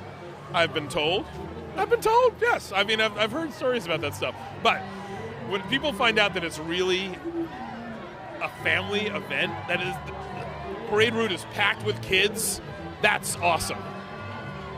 And how we have Team Gleason. Coming on, riding right there, of course, the great Saints hero, who recent Congressional Medal of Winter honor for his work with ALS, with raising awareness of Lou Gehrig's disease. So there he is rolling in the parade. I see that guy everywhere. Every concert I go to, just about he's there. It's incredible how much he gets around, and great to see him out here. He's getting a great response. Throwing footballs from his crew members are, which is cool. Of course, Steve Gleason, beloved as a New Orleans Saint, but vastly more beloved and accomplished and treasured for what he's done after his football career came to that's what seemed to be a tragically short end. What he's accomplished in the years since playing is really in its own realm. It's hard to imagine another person who's done what he has done in his circumstances. And here he is, rolling down St. Charles Avenue in this magnificent parade with people cheering for him. They know him. He is a celebrity in this town because of his accomplishments for what he's done for others. Well, it's interesting, philosophical twist of fate.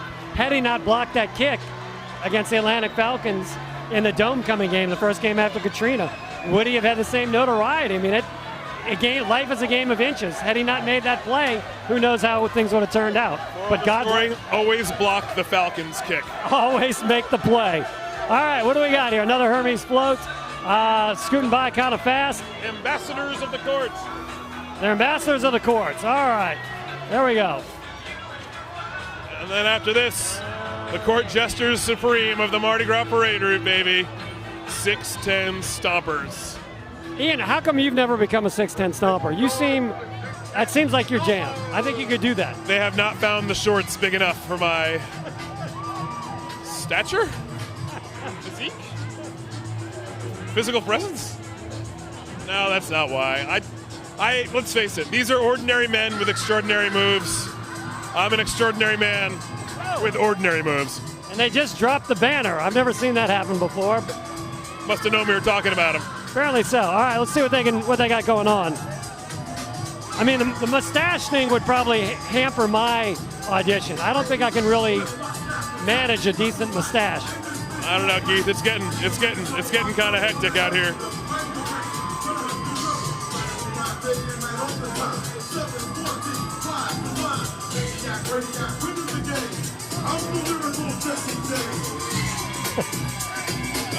They've marched across the world, the Stompers. They've stomped their way up to the Macy's Day Parade, but they're most at home here in the parade route. Well, this is their natural environment, so people understand them here.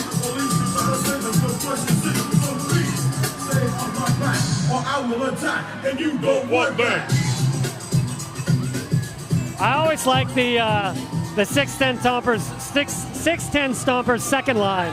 The guys behind the truck on break. There's always a pretty good crowd of them. Not stomping, just rolling. Yeah, these guys are good. You see them all across town. They're a part of the scenery. They're much a part of Carnival now as the floats practically. But just imagine taking that show on the road, going up to New York for the Macy's Day Parade. What's happening here? That's pretty good. I love that. And I love named for not 610 the highway, but the 610 section of the Superdome where they were known to stomp, hence the name. Okay, float 5. Keith, why don't you give this pronunciation a try? Thanks for that handoff. This is Argia Fontes. How about that? Argia Fontes. That's a guy with a lot of eyes. Yes. Classics were not kind to those of us with poor pronunciation skills. Sadly, I took Latin in high school, and look where it got me. I took lunch. Oh, that's a heck of a peacock on the backside. I don't know if we caught that, but beautiful rendering of a peacock on the back of that float. That's pretty impressive. Pretty float indeed. And here comes another one of the great marching bands of the parade route. Boy, we were band deprived for a little while under the circumstances, but they're back. We're getting them all now. Check out St. Paul's marching band. I hope they can play. Looks like they're maybe getting ready to. Some great dancing up front, always. Yeah, this is one of the bands from the North Shore, Cross Lake Pontchartrain here, one of the suburbs of New Orleans.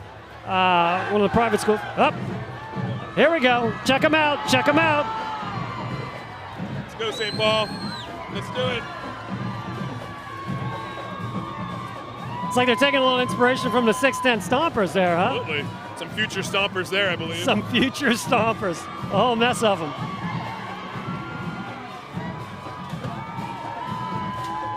Those are some fairly extraordinary moves, I gotta say. Look at St. Paul's kicking it.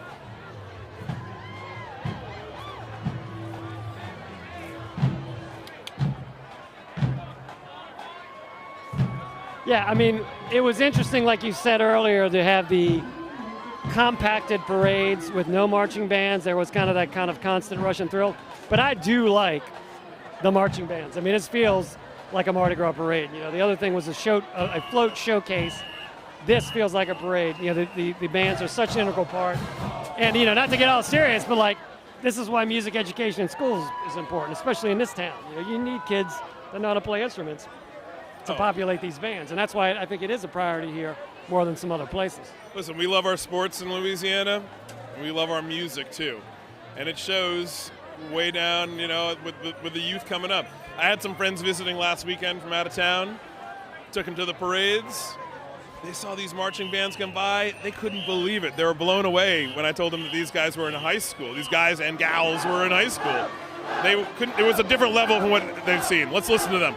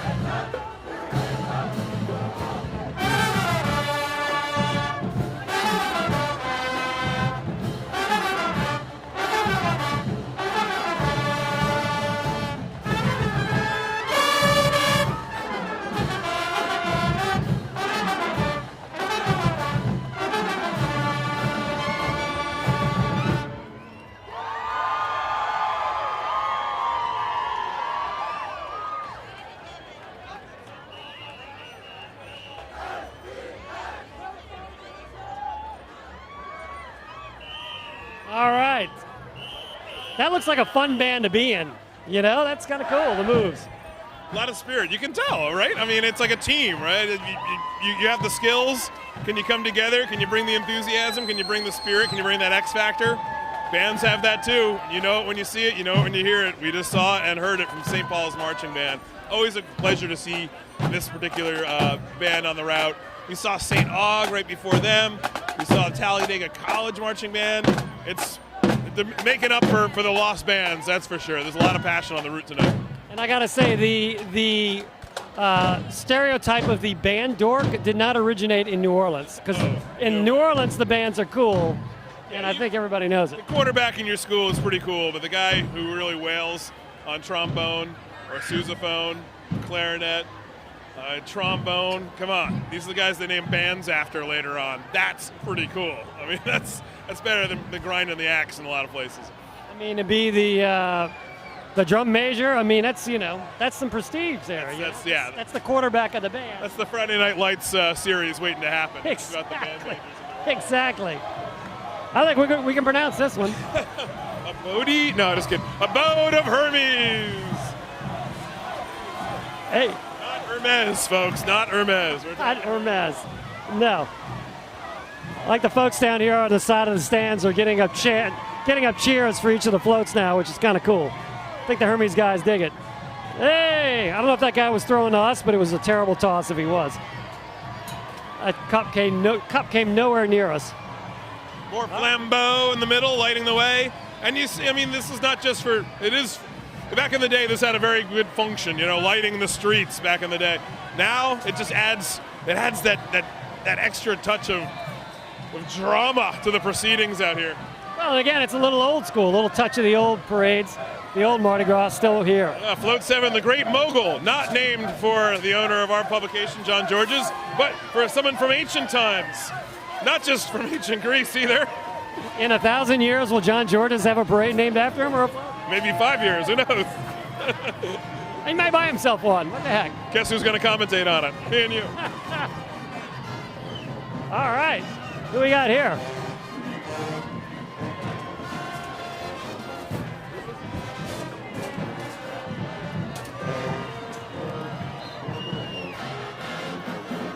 All right, we got the Windsor Forest High School Marching Band from Savannah, Georgia. Yes, indeed, there they are. So I like the imported bands. You know, you bring in some of the best of the best. The Talladega band from Talladega earlier, great band. These guys are playing well too. How cool is that? Let's hear them play for a little bit as they march by.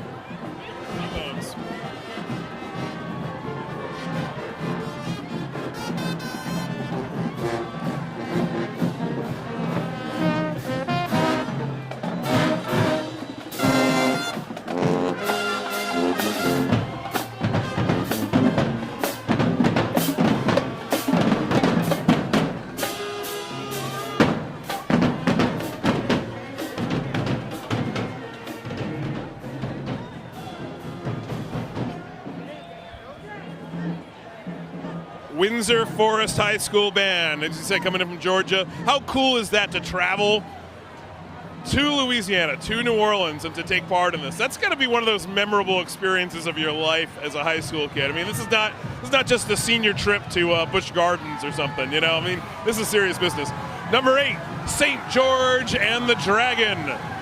Not named for the breakaway would-be municipality in Baton Rouge, but again, from Myth. Or the private school uptown here? No, neither one. So many connections. Oh, we got some extinguished flambeau, but one that's fully lit.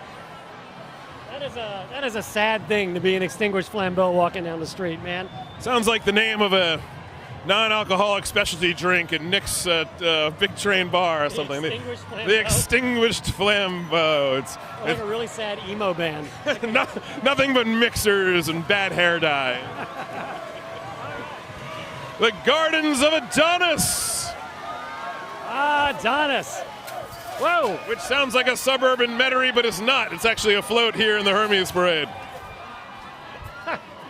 They actually kind of pitched some stuff our way. Oh, and again, the tinkle of doubloons, I hear it. Sure.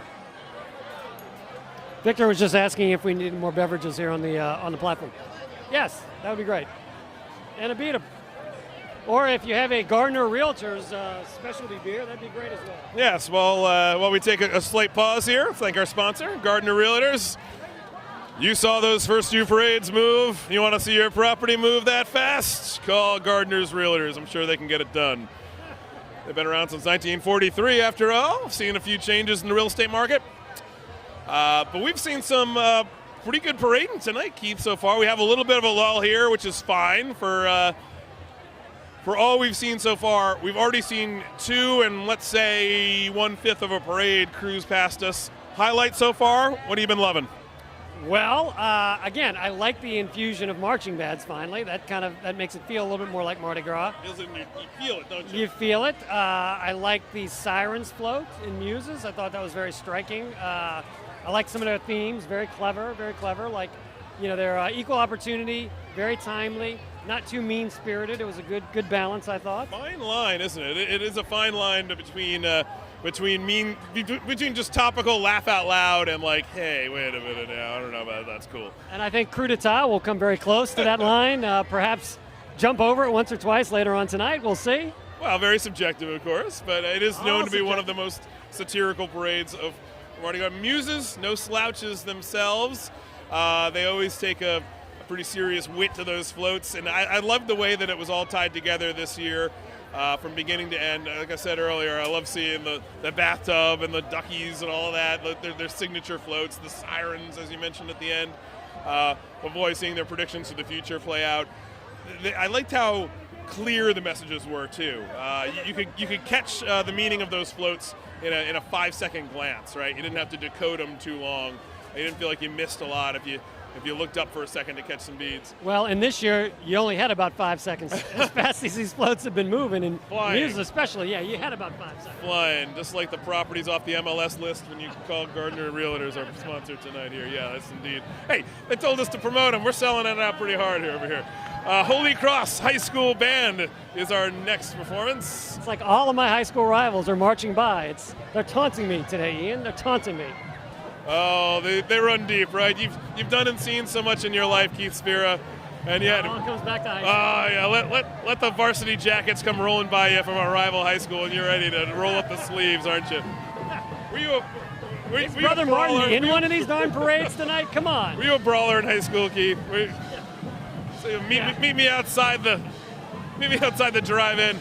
It's gonna be like the outsiders over here. Glasses and 120 pounds doesn't really make you a good brawler, I can tell you. Keep swinging, my friend. Keep swinging. The Holy Cross Tiger Band. Hometown band here. Smaller formation than some we've seen. Let's see what they can put out there for us. Looks like they're about to start up. They got the cheerleaders out front. Got a lot of parent volunteers out here, keeping everybody in order. Well, they're not really keeping the band in order right now. The band is kind of clumped up, a little bit like a parade watching crowd as opposed to a actual marching band in the parade. But we are one of the great spots, though, for marching bands on the whole parade route. Of course, right under the overpass a few blocks away, also one of the great sonic moments of Mardi Gras when those bands cut loose there and get the reverb going from underneath the overpass. Under the overpass. But this is no bad spot either. The stands line the streets, creates a tunnel. The bands feel that. They know they got something special to work with in their environment. It looks like the band is on a break, so that means we can keep talking about great things that we've seen. Talked a good bit about Muses. Babylon, another of the parades that was ready to go yesterday, Thursday, to roll it out, and got called back at the last minute. Again, impressive to organize, to come back in, and to do it all over again. I mean, think about everything that goes into these parades. These guys are on the cusp. They were in costume. They did all their preparations for the day. They were ready. And then to do it all over again. But they pulled it off. Beautiful floats, a lot of enthusiasm. They didn't have the bands to back them up, so a lot of that had to come from them. But here we go. Holy Cross is playing. Let's listen to them. That's a little Mardi Gras music, too, I hear. A little Mardi Gras music.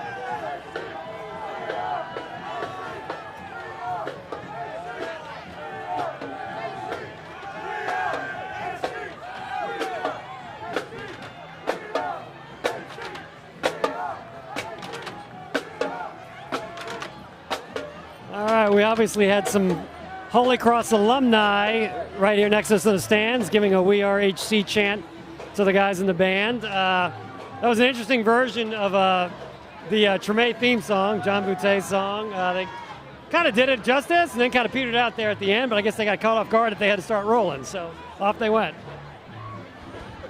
Do you think that your high school would have done it better, Keith? A hell of a lot better. A hell of a lot better. What can I say? A little personal bias comes in. Hey, I'm a critic. I get to do that as part of my job. I get to let my biases show sometimes. You're not hired. You're not here to just give us the X's and O's, right? We want to get between the pads with Keith O'Brien here. What's really going on? What we got is Float 10, the carnival at the French Opera House. Ooh, this is a gorgeous float, Keith. Look at this. Look at that, the satyr, the nymph The reeds, so pretty. The riders excited, going nuts, tossing. They're trying to get those beads high up there.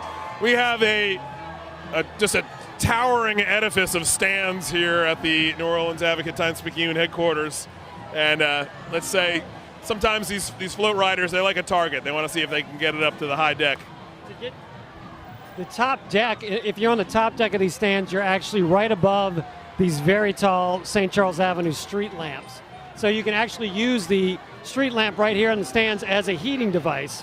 You can actually put your hands on the street lamp that's right above us and warm your hands up, which is a nice bonus. Pro tips from the parade route with Keith Spira. Those are the things they don't teach you in school, kids. Those are the things you got to learn on the mean streets. Warming your hands on street lights in New Orleans. Brother Martin. Good plug. Good plug.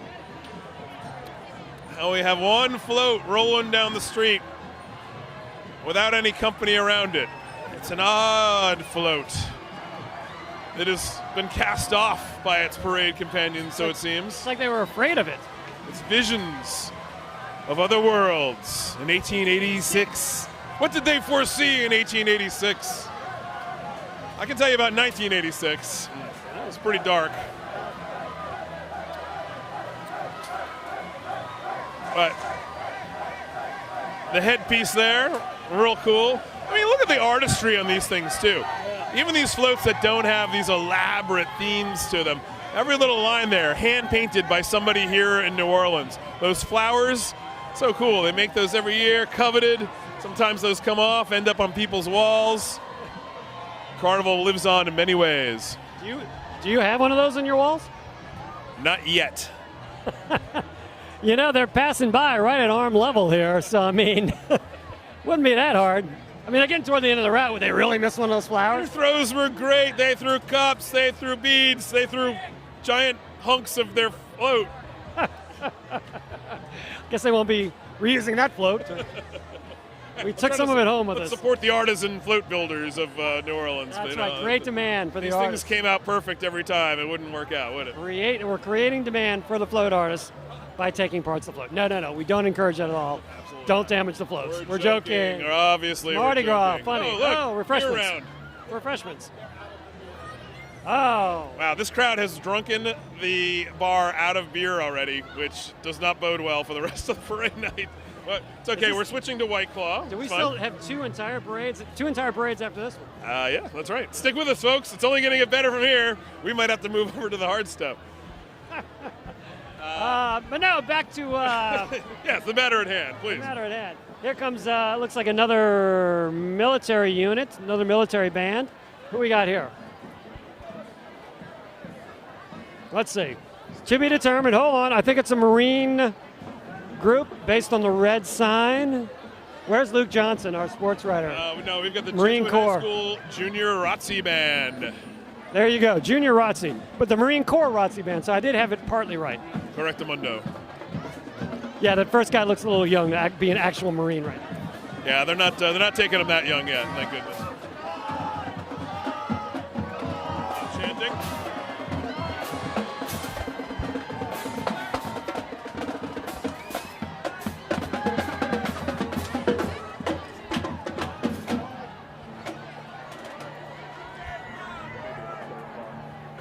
Oh, really? All right. Can you hear it in the backdrop? That drum beat that signals they're going to play something. We missed it. They've moved on. That is one of my favorite songs of Mardi Gras, though. Just the drum beat. As they walk by. The one you usually hear, right? The marching band never gets a break. The drum line never gets a break in the marching band. Those guys earn their money, which is none, but Absolutely not, yes. they definitely earn it. But, they could get attention, could move up in the world. Stanton Moore was a member of the Brother Martin Drum Corps back there in the you go. day. Yes. This broadcast brought to you by Gardner Realtors and evidently the Brother Martin Admissions Board. Float 12, Myths of the New World. And another float. Look at the detail. Whoa, on these flowers. We just got pelted right in the microphone there. double-headed serpent with an apron of snakes rises from the front of the float. I got to say, I'm a little disappointed. I haven't gotten a shoe from Hermes yet. No shoes from Hermes. What's the matter with these guys? Well, you know they're wearing them. Exactly. Each rider has at least two. Come on, give it up. Okay, here we are at the Hindu heavens, the blue god Krishna, depicted in the setting of magnificent Indian architecture and motifs. Interesting, they spelled Hindu with two O's. I've never seen that. What does that mean? Does it usually have a U at the end? Well, spelling is very subjective. At least it better be. Remember that if you see any typos in my stories. Thank God for spell check, eh? It's let me down a few times, I'm here to say. All right. So how many floats does this parade have? Well, let's see. We're on 13, and we go all the way to 32. 32. I don't remember Hermes being this big. Hermes has always been a big parade, Keith. What you don't remember is Muses and Babylon preceding it. Ah. Perhaps that's what it is. Right. So stick with us, folks. It's one for the ages out here on St. Charles Avenue. A 5-header. There's probably a Latin word for that I don't know. Quin something or Quin penta something? Quin Davis tuplet something or other. Sure, right. I'm streaking over into your beat now. Float 14, last of the Incas, 1890. What's the date? What does the year mean? I believe that indicates a year on the calendar in which something happened, Keith. Because I think the Incas had kind of faded out well before 1890. They're making a comeback. Now, Keith, you had a story in the paper recently about a new Mardi Gras organization, a new carnival organization, Carnival. Yes. I was fascinated to read the backstory on that. I saw them parade in the crew of Ferret, but I didn't go to the ball, I didn't go to the parties. You went to those. Tell us a little bit more about that. What makes that, if people saw that last weekend, what makes that different from the average dance troupe or the normal accoutrements of Mardi Gras that they see? Well, it's a whole new organization that has an interesting origin story. It was started by Win Butler and Regine Chassain, who are front Arcade Fire, the Indian rock band. They moved here to New Orleans a few years ago, wanted to get involved in carnival, so they formed this organization with Ben Jaffe from Preservation Hall.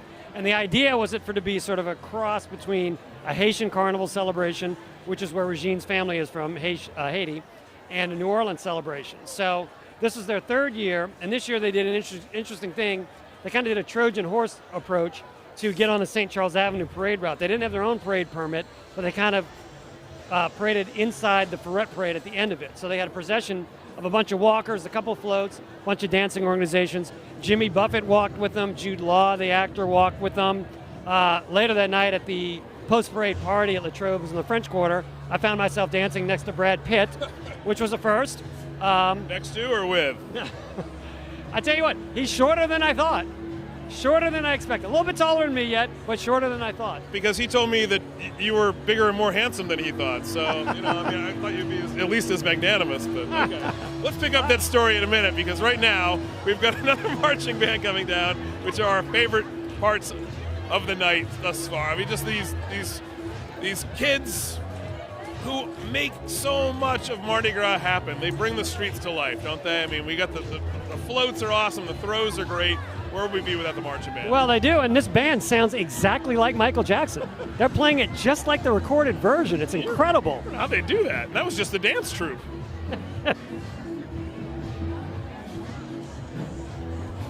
I want to hear more about the crew of Carnival, because I am fascinated by that new addition to Carnival. But right now, let's check out our band rolling through. This is the Abramson Science Academy Band. That's Drexel Prep. Drexel Prep, yeah. Notes are totally wrong here. Pardon me, folks. Trying to correct myself before you can correct me. With the Drexel Prep High School Band. Apparently, we actually have to look at the parade every now and then. Happy to have them, too. That's cool. I love seeing the neon out there, dressing it out. And again, getting ready to play a few steps beyond us. Not on purpose. They're probably nervous. They know the music writers up here in the stands. Exactly. I have my notebook out and the pen. Yeah, they don't. Like, let's start at the next daiquiri stand, okay? After the PJ/daiquiri stand, then we're gonna light into our hottest song. We don't want that guy up there taking notes on us. I mean, I found nice things to say about Celine Dion. So I mean, these guys are good. I talked to her. She was also very impressed by you. So, it Celine was. goes Good. both ways. These big celebrities that you cover, they're also very impressed by Keith Spira. Don't sell yourself short. Celine was actually very charming. She was very sweet. She played here at the Arena in New Orleans. For those of you watching out of town, played here a couple weeks ago, and I hadn't seen her in years and years. And she was very, very sweet, very nice, and great voice, obviously. So, all right, what do we got coming up here? We got a cow holding a rose, apparently. Scenes from Shakespeare. Scenes from Shakespeare. The mirthful magic of a midsummer night's dream, brought to you by alliteration and the letter M. No, just kidding. Bottom transformed into a, I don't think I can say this, ass. Okay, ass, but in a zoological sense. It's an ass, not a cow. My bad. You don't know your ass from your camel.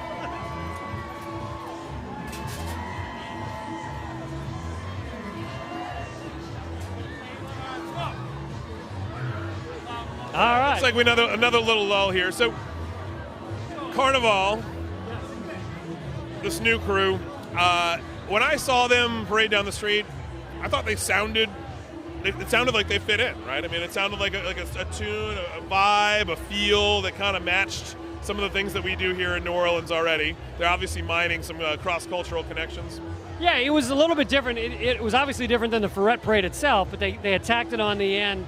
So it felt like, a little bit of Haitian Carnival. It was something different, but yet, a street spectacle is something that we can certainly identify with here in New Orleans. And I've heard some people complain, these folks aren't from here, Regine and Wynn, they're not from here. This is just a bunch of celebrities coming in and having their float. But that's not entirely true, because it's the Preservation Hall guys are intimately involved with that parade. A lot of local folks are in it.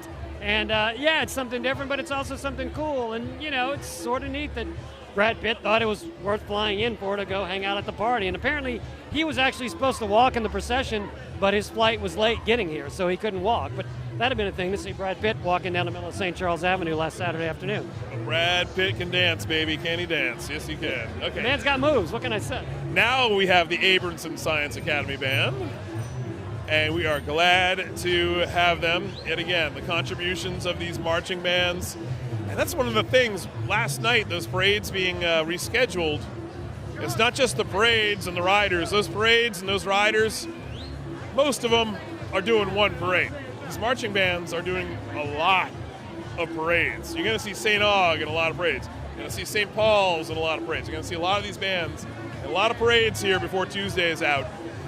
So for them, it wasn't just, okay, we're moving the parade here, you're riding with, you're marching with us. No, sir. They have commitments to these other parades. So it shows you some of the complexity of it all, and it also shows you how active these marching bands are in it all. It's not just one and done for them. They're the soundtrack for a lot of what happens here at Mardi Gras. No, and I mean, to walk this route one time, it is not a short walk. To walk it, multiple times over the course of a weekend, I mean, God bless youth, man. I mean, of course, the parent chaperones, I feel for them. If their knees feel like mine after walking the parade route, it's like, that's rough. Sure, they're utterly proud to be part of it. And here we go, the Abramson Sci Academy Band about to do what they do. Come on, guys.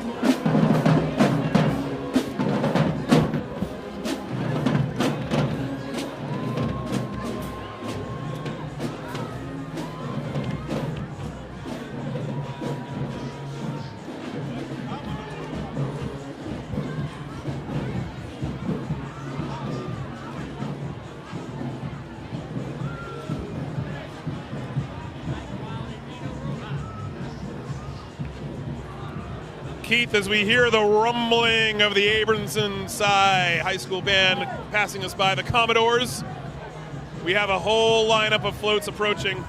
Starting float 16, Orlando Furioso, which was not the female lead from the latest Road Warrior movie, but is the monstrous orc from the Italian epic poem that rises from the depths of the sea and plants itself on a vast tableau of paper mache. The roll past us in throw beads. Another from Hermes, another gorgeous one. Oh my goodness, that is so pretty. The waves are Riders having a good time. Riders getting ready, checking their targets, making their marks. And now we have 17, King Arthur. Look at the broad-chested knight. His whole helmet like a fortress.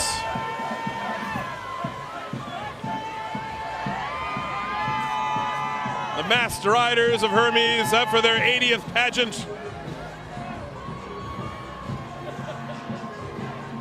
What do we got now? Now we have the Maplewood High School Band coming from Nashville, Tennessee, another of our travelers, the mighty Marching Panthers. And that's not an editorial comment on your part. It actually says that. That's right.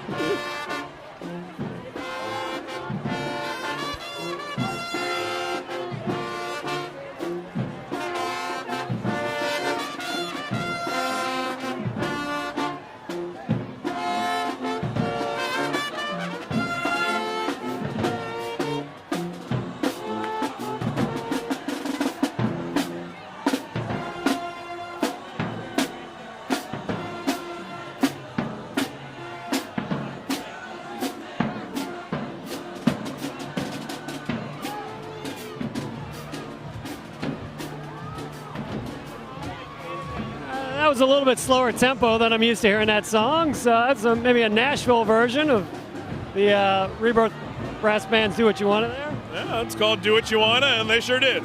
It sure did at a different tempo. Look at this, the classic silent movie scene with the spaceship in the eye of the moon. Oh, that's awesome. You've seen this. You've seen this 100 times on TV or online. The journey to the moon motif. A rocket ship crashed into the eye of the moon. Another pretty one. That's a really cool prop. That looked great. See, they're going through these artistic works year by year. That one from 1901.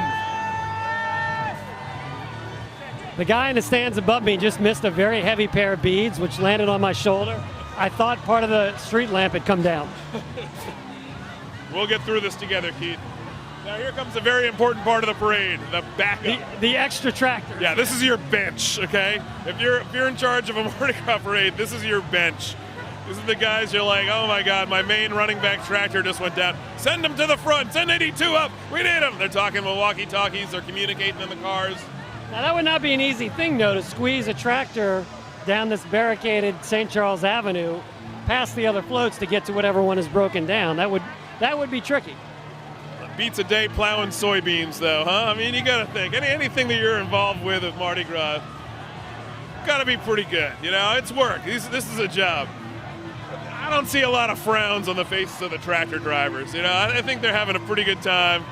Yeah, there's a lot riding on them, but they're looking around to seeing people that are part of the show, having a good time. Okay, that guy's frowning. Yeah, he looks pretty I was going to go with expressionless, but yeah. Yeah, he doesn't really look like he's having a great time. Resting smile, okay? I know that Oh! guy very well. What do we got here? That guy was throwing something at us. Oh, look, it's like a flaming, it's like a Hermes shoe. I bet it lights up maybe. It's squishy. It's like a squaw. There it goes. Yep, it's a light up Hermes winged shoe. There you go. Hey, you've taken off your big beads, I just noticed. They were too much for me, Keith. Now we have the Sophie B. Wright Charter School Marching Band. Another one of our great local bands. We've seen a couple of our visiting bands that we're always happy to have and happy to see. But there's something different when it's a local marching band coming through, Keith. You know what I'm saying. It's that New Orleans thing. We can already hear it. Let's listen to them.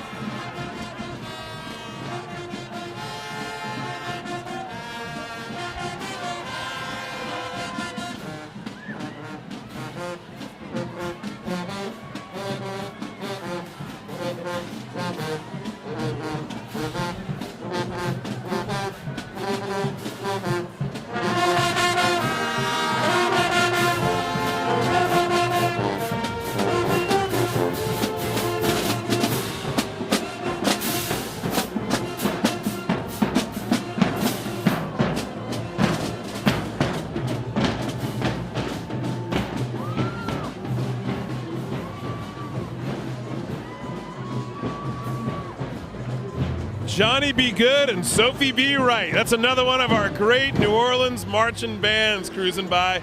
And don't forget about the dancers, all the other units involved. So fun. So much of the pageantry of Mardi Gras rides on the young ankles and broad shoulders of these kids who make it all happen, and the parents who allow it to happen, who facilitate the whole thing behind the scenes. Float 20, the Fairy Kingdom. 1902. Great year for fairies.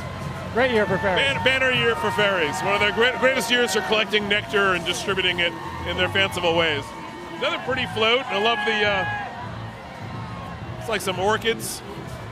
No acknowledgement of the Tooth Fairy, I noticed, though. It seems like that they should have maybe saluted the Tooth Fairy. Very important fairy in my household. That's one of the fairies that isn't real, Keith. Don't say that. My kids are maybe watching. 21, Vatek. Tooth Fairy's real, kids. All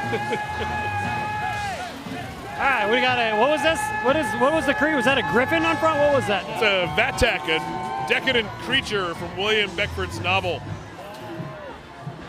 All right, here we go. We got a couple of flambeaus, and then we got the St. Helena College and Career Academy from Greensburg, Louisiana. I gotta say, my travels have never taken me to Greensburg. You? It's up north, yeah, up in well, everything's north of New Orleans, right? Just about, all practically, except for Chalmette. So we'll call that another one of our visiting crews getting to come to New Orleans. Excuse me, one of our visiting marching bands getting to come to New Orleans and have this big experience on the streets, taking the lead on St. Charles Avenue. Came down to the big city, yes indeed, marching here at Mardi Gras. One of the drummers just made a quick pause to pick up a blinking necklace, so he's got himself a little souvenir to take home.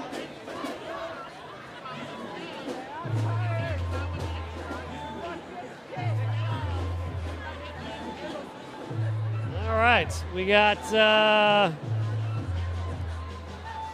another float. Kind of took a wide turn there. Looks like he's kind of straightening out a little bit. Got to wonder if the streetcar tracks down St. Charles Avenue cause problems for these tires anytime. Yeah, if you've ever ridden your bicycle across streetcar tracks, you know how it goes. You never want to take them parallel, always perpendicular. Always perpendicular. In a little while here, those streetcar tracks are going to be pretty well filled in by beads and bags, I suspect. Exactly. Yeah, bumpy ride. The first streetcar to come down St. Charles Avenue after the parade. That's a bumpy ride. Sparks will be flying. You got to believe it. The reign of Ramses. Ebony and gold figures. Ramses and his queen. Ebony and gold. Sounds like black and gold to me. I'll take it. Go Saints. Do you think they intended that as a strobe effect, or is something wrong with the light? When in doubt, say intentional. There you go. For me. It's working for me. There you go.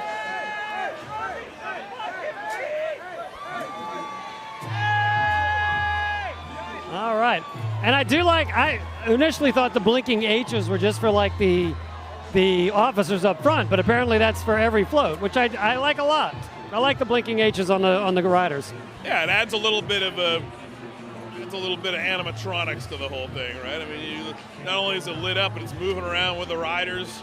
If you've ever been on one of these floats too, you're in constant motion. You know, you're doing a little dance up there. You're so excited. Everyone on these floats is excited. That's the thing. That's what they're transmitting to everyone in the stands here, everyone on the streets, which is what I love about Mardi Gras. It's a shared excitement of it all. Well, and it's the riders saying, "Hey, look at us! Not just our float. Look at us. We're beautiful too." That's right. Have you ever seen one of these? You've seen these floats denuded of their riders, right? You've seen them rolling down the streets. You've seen them in warehouses or being transported. Yeah, they're pretty and all that. You see them with the riders on them. They are alive, right? These things are moving around. The riders kind of blend in with the float, become these like moving objects on it. Watch them when they come by. Picture this thing with nobody on it. Now look at it all live, throwing those colored blinkies and balls and beads. The riders are the lifeblood of the float. Good fun. Whoa! You just got hit with a bunch of glowy, sticky things, which seem like a wasted throw. They like work for like 5 minutes and then they stop glowing. I don't know. Note to riders: spend your money on something else. Yeah, you can decorate your bike with them for about 5 minutes, but that was the Mask of Comus. And now we have Sci-Tech Academy Marching Band from right here uptown New Orleans. The sweet sound of Uptown, it says on their banner. So there you go. I like that. The sweet sound of I Uptown. like the sound of that too. That's pretty good. Wonder who came up with that. That's good. Now, Sci-Tech marching down the street here. Wonder if there was some sort of scientific experiment to come up with the best catchphrase. Ooh, I like it. What will catch the ear? Make people remember you. A little bit of rhyme there. Sweet sound of Uptown. Sweet sound of Uptown. Could we get a little playing out of them? I hear the drum line. I hear the clickety-clack of the boots. Can't believe the Neville Brothers didn't use that, the sweet sound of Uptown. Could be a compilation album waiting to happen, Keith. You might have just named it. Uptown Rulers to the sweet sound of Uptown. I think that can work. Yeah, Uptown's got some cred, you know? Uptown, a lot of great clubs up there, a lot of great little bars, a lot of restaurants. Uptown's a good place to visit if you're watching from out of town. Good way to get the yin and yang of the French Quarter and the Marigny and all the areas that the visitors go to. You head uptown, you're gonna see a different pulse of New Orleans. There you go. All right, we got the dancers here bringing up the rear. A couple more floats making the turn. It really does seem like a never-ending parade tonight. And we've got like another 2 hours to go, probably.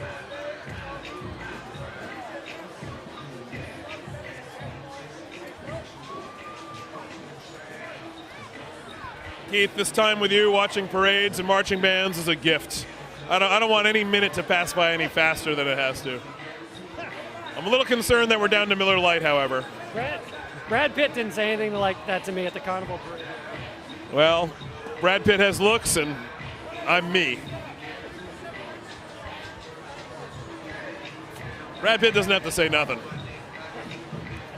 You did Thelma and Louise, and that was it. It was good after that. Minted. He got paid $8,000 for that, or $6,000 for that role, I think. Priceless. Okay, number 24, Queen of the Serpents. Yeah. It's a festive-looking group up here. Breaking out the big guns for downtown. Coming fast and furious here. What do we got now? What is this one? Astrology. 1910. Signs and symbols of the zodiac. Rather distressed looking prop on the front of that float. No kidding. That's a caption contest waiting to happen. Any exclamations like that you hear is me dodging a projectile of some sort. So, all right, we got more music. Again, another band, as there should be, a band between every float, or after every float. We got the Marching Hornets here, huh? Yeah, I believe this is the South Atlanta High School band. It is. Again, another band that matches your jacket. Coincidence? I don't think so. Well, they actually kind of have the old New Orleans Hornets colors. Kind of fades from the blue into the purple. I thought it was two separate fabrics, but it looks like it's like a fading situation, which is kind Fades, much like the Hornets. of much like the Hornets. Okay, well, we didn't get to hear them, but we're glad they're here. Absolutely glad those guys made it down here, those guys and gals of that band. South Atlanta High School Marching Band. Float 26, Birth of the Pearl. Ooh, more oyster themes. A lovely little merchild, it says, sits beneath a magnificent scallop surrounded by coral and pearls. Yeah, merchild. You know, you get your mermaids, your mermen. They get together, they love each other very much. You get merchild. Yeah, where do you think they come from? They're holding the foil, as we say down here. So these were all themes of the old school float, of the old school parades back in the day, right? Yeah, let's go with that. Well, no, I mean, look, we're looking at. Oh, hold on. Oh, the mic is being passed. I I thought I was being summoned to the float, but it was Ian who was catching. Oh, he just missed a basketball. He caught it up. He caught some beads. He apparently knew the whole float. Nice catch, Ian.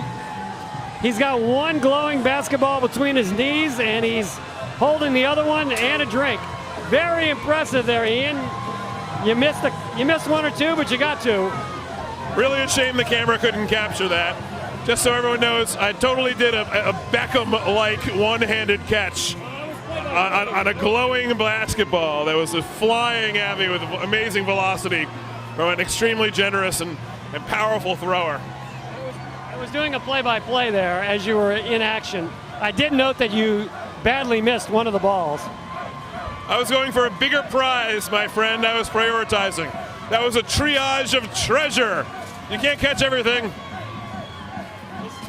Float going by us right now is kind of low slung. Like these guys are like at ground level compared to everybody else that's been right up next to us. All right, right now we got the Cog Hill Cougars coming by. The Cog Hill Cougars.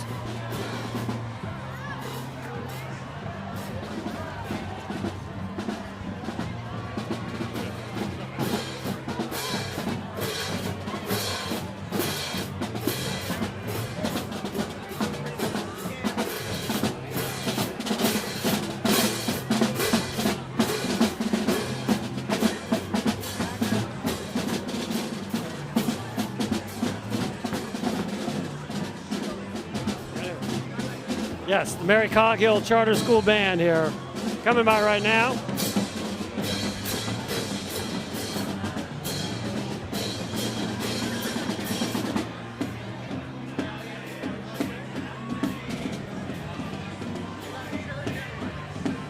So now, Ian, did you know, you obviously knew those fellows on that last float? No, that happens to me a lot. Just Mardi Gras or not, people just stop me and want to throw glowing basketballs to me. I probably did know that person. They seemed to know who I was. You didn't? You really didn't know who that was? Well, they're wearing masks. I realize that, but you can still see and hear the voice. No, you cannot. The tooth fairy is real, and no, you can never tell who's wearing a costume. Ian, why don't you show the folks your balls there that you got? There they are. Look at that, folks. He almost went over the side to grab these balls. How about that? They call that aggressive rebounding. You were in the paint. That's right. Our talk about the Hornets just before kind of psyched me up for it. I was ready for it. I palmed it. This is a full-size basketball, just to give you an idea of the scale of what we're dealing with here. You know, that's pretty impressive that Hermes has stepped up to basketball throws, huh? I mean, we didn't have that back in the day. Well, these are throws that we are going to use. I mean, these are fun things that are going to be the center of attention for a bunch of kids tomorrow when we're partying in the streets for Endymion back at our house. So it's cool to get, functional throws, right? I love the beads, too. Beads are fun. It's good to catch them.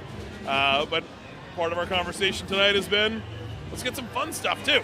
I have a lifetime supply of Nerf footballs at my house from Mardi Gras parades, and we do use them. All the kids use them. Yeah, those are great. Those are the ones for parade riders. I happen to know when they look out of the crowd, they're looking for kids who really want that football, right? Or in this case, the basketball. That rider, who I do not think I know at all, I don't think I have any connection to that person whatsoever. He just saw the kid in me, and he decided, you deserve glowing, light-up basketballs. So I'm the mature one between the two of us, then. That's terrifying, but probably very accurate. In New Year's Eve terms, you're Ryan Seacrest, then, and I'm who co-hosts with Ryan Seacrest. Oh boy, yeah, we have to dig deep into the Hollywood Squares lineup for that one, I think. Speaking of a square, just real quick, that is the toast that I got from Doug McCash in the Rolling Elvi. He made an Elvis sandwich-themed throw with bread, bacon, peanuts, and bananas based on Elvis's sandwich of choice. So there you go. So one of the specialty throws that came our way tonight. All right, back to the parade here. We got float number something coming up here. I believe we're on 29, Cathay. Incredible scenes from ancient China. And this says Comus 1912. So apparently if you were around for the Comus parade in 1912, you saw something like this. They're bringing it. They're bringing the history to life for us here.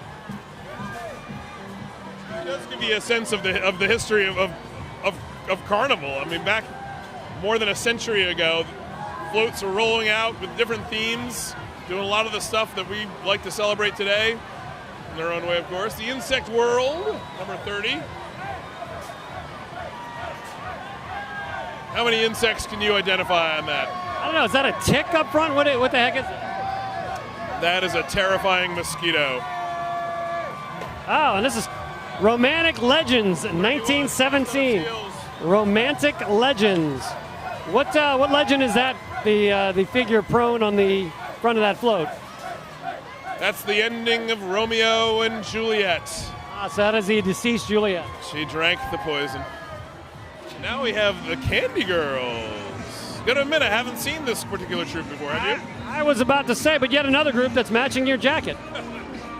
Purple is the color, but no, this is a new one to me with all the many female marching groups. This is, yeah. Maybe they're making their debut this year, I'm not sure. Bearded Oyster's been around for a while. Camel Toe Lady Steppers have been around for a while. Organ Grinders have been around for a while. But these guys, yeah, new group.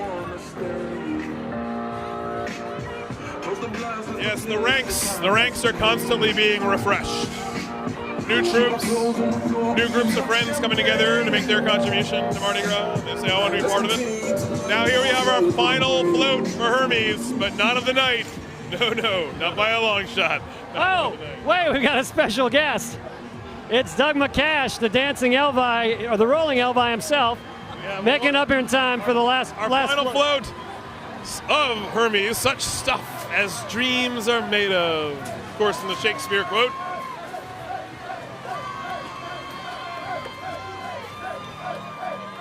All right, another lovely Hermes float coming by.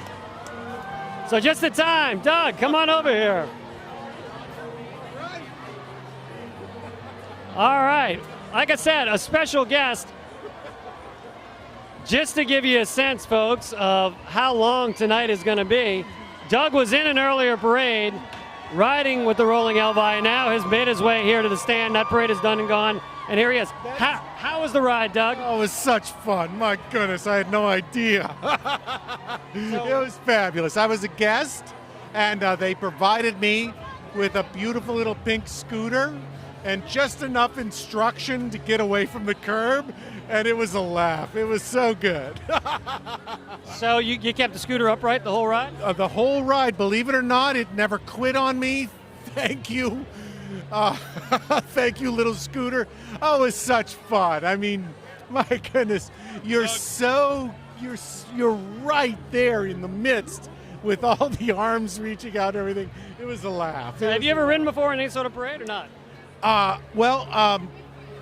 King Arthur, but I was on the top of a float, which puts you at great distance from the crowd, but not tonight. And I take it you made these throws yourself, right? I made this. This is Elvis's favorite sandwich, a grilled bacon, banana, and peanut butter sandwich, which I'm sure you knew. I did, and I explained that to the listeners, and I said that I caught this from you, and I explained the significance. And I made a great cluster of them so that it would be sort of like a Hawaiian lei, for that Hawaiian Elvis feel. And did you give a bunch of how many did you give away? I did. I only made 10. Oh, all right. So this is a rare. This is a really precious thing you have there. Yeah, I will treasure it always. Doug, you've done it. You've rolled with a crew of Elvi. I know. Don't you love it? Is it a bucket list for you, or are you going to be rolling from parades from here on out? Well, this took me by surprise because I was invited. They perceived my fondness for absurd Americana and invited me to join. And you've tried to keep that so veiled through your career, and yet they deciphered that. They read between the lines and figured that out. And I'll tell you what, all kidding aside, I could not be more honored. I mean, my goodness, to be invited to be with the Elf, I was like, oh, yes. You were more than honored. You were on a scooter. I mean, that's pretty cool. It was so cool. It was so cool. Now, did you guys ever stop and sing Elvis songs or anything like that, or was it just more of a visual presentation. Just more of a visual presentation, more of a pageant of Elvis. I don't know. Doug, you've been along the whole route. We've been here. Obviously, it's pretty good right here. How was it across the route? What are your reports from elsewhere? Oh, 100%. I mean, my goodness, there was never a gap. Yeah. Never a gap, not even close. Okay. And Sidewalk side, streetcar side, all good. Neutral ground, sidewalk side. Streetcar side. What? What is that? We're in the middle. The streetcar runs right down the middle of St. Charles Avenue here. That's a new one. Okay, come on. St. Charles Avenue. Neutral ground, sidewalk side. There you go. Come on, play with me. You know what I'm saying. It was a tunnel of enthusiasm, right? It was just, you like that? All right. And The next Arcade Fire album, isn't it? tunnel of enthusiasm. Some for Crew to Carnival. Yes. Right. Did it go I was faster? just thinking about that. I was just listening to Electric Blue and remembering the video of the the aftermath. I think it was the Muses parade. It was the aftermath of the Muses parade, wasn't it? What's that? The video for Electric Blue. Oh, when they shot the video on the Yeah, streets yeah. during the cleanup. Yeah, and I love that. Okay, so you started way uptown. Did it feel like the parades were moving fast? Because down here they were moving fast. Definitely. And in fact, we were told to keep it, keep going. I don't know who told us, but I listened. Were they voices in your head? There was someone with a megaphone Was who it would Elvis? remind me. It Did he could have look like been. Elvis? Could have been. Did you see Elvis? He was behind me, so I'm not 100% sure. Okay. But when I hear somebody talking through a megaphone, I obey. But they get to saying, Doug, keep moving. And you did. Good call. Okay. Elvi, they didn't single me out. So the report that we want, though, is from all the way uptown, all the way up St. Charles Avenue, down Napoleon Avenue. Absolutely, People look like they were absolutely. having fun, Not a gap. having a good Everybody's time. having. I mean, the weather is absolutely perfect. Dusk fell. The sun set while we were rolling along. I can't tell you how beautiful that was. The raking light against all of the synthetic wigs. Well, we hope we're going to find the words for a column soon. You can reflect on it, leave it in news storytelling. No. Really, I couldn't be happier. My goodness, I'm so flattered. And everything about it was wonderful. Lining up, you got to visit with the other marching clubs and the riders. And then there came, the moment of thrill when it was like, oh, start your engines. And I kept my fingers crossed and it started. Now, Muses was not a parade that was supposed to roll tonight. It was supposed to roll last night. So were you on deck to roll last night? Yes, indeed. And all things considered, I'm glad. Because I was figuring out how to put on, like a muddy jazz fest. You want to put newspaper bags over your socks before you put your tennis shoes on so that you're not soaked to the skin. I was making those preparations when I heard that we weren't rolling, and I was okay with that. Yeah, we were talking about that earlier. All things considered, I mean, it's an inconvenience. You lost all the marching bands and Muses, but this is 100%, 1,000% better night to be out on the streets than last I mean, night. selfishly, because I was gonna do it no matter what. I was gonna do it, but looking out on my back porch, it was a cold rain. It was a cold diagonal rain. When you rolled by, Doug, there was a moving moment where at the beginning of your rolling group, right, of the rolling Elvi, it seemed to be a tribute to lost members of the group. Yes, indeed. Macon Moore, who was a co-founder of the Elvi, passed away this past year. They dedicated the theme of the parade, which was actually Evel Knievel. So when you see these white outfits, they were actually a tribute to the daredevil Evel Knievel, who used ramps to jump over 20 school buses or whatever, and broke every bone in his body doing it, or something like that. And really, so that was Macon's rolling Elvi costume, kissing cousins, Elvis, Evel Knievel, and so we were instructed this year to Evel Knievel, which, yay. We've seen a lot tonight, Doug, and the night is still young. We've seen Muses, we've seen Babylon, we've seen Hermes. We've seen Doug McCash. We haven't seen fire. We haven't seen rain, but we're not holding out any hopes against those things. Gardner Realty Gardner Realtors have sponsored this broadcast thus far on our parade cam. We're going to take a brief pause for the parades to catch up, and then we're going to be right back for the next act of our show. Stand by, folks. We have the most satirical parade of the night, possibly Mardi Gras coup d'etat coming up, and Morpheus. A lot more to come. Ian McNulty here with Keith Spira and Doug McCash, our special guest. It's been a lot of fun so far. We'll be back for the next few parades. Thanks.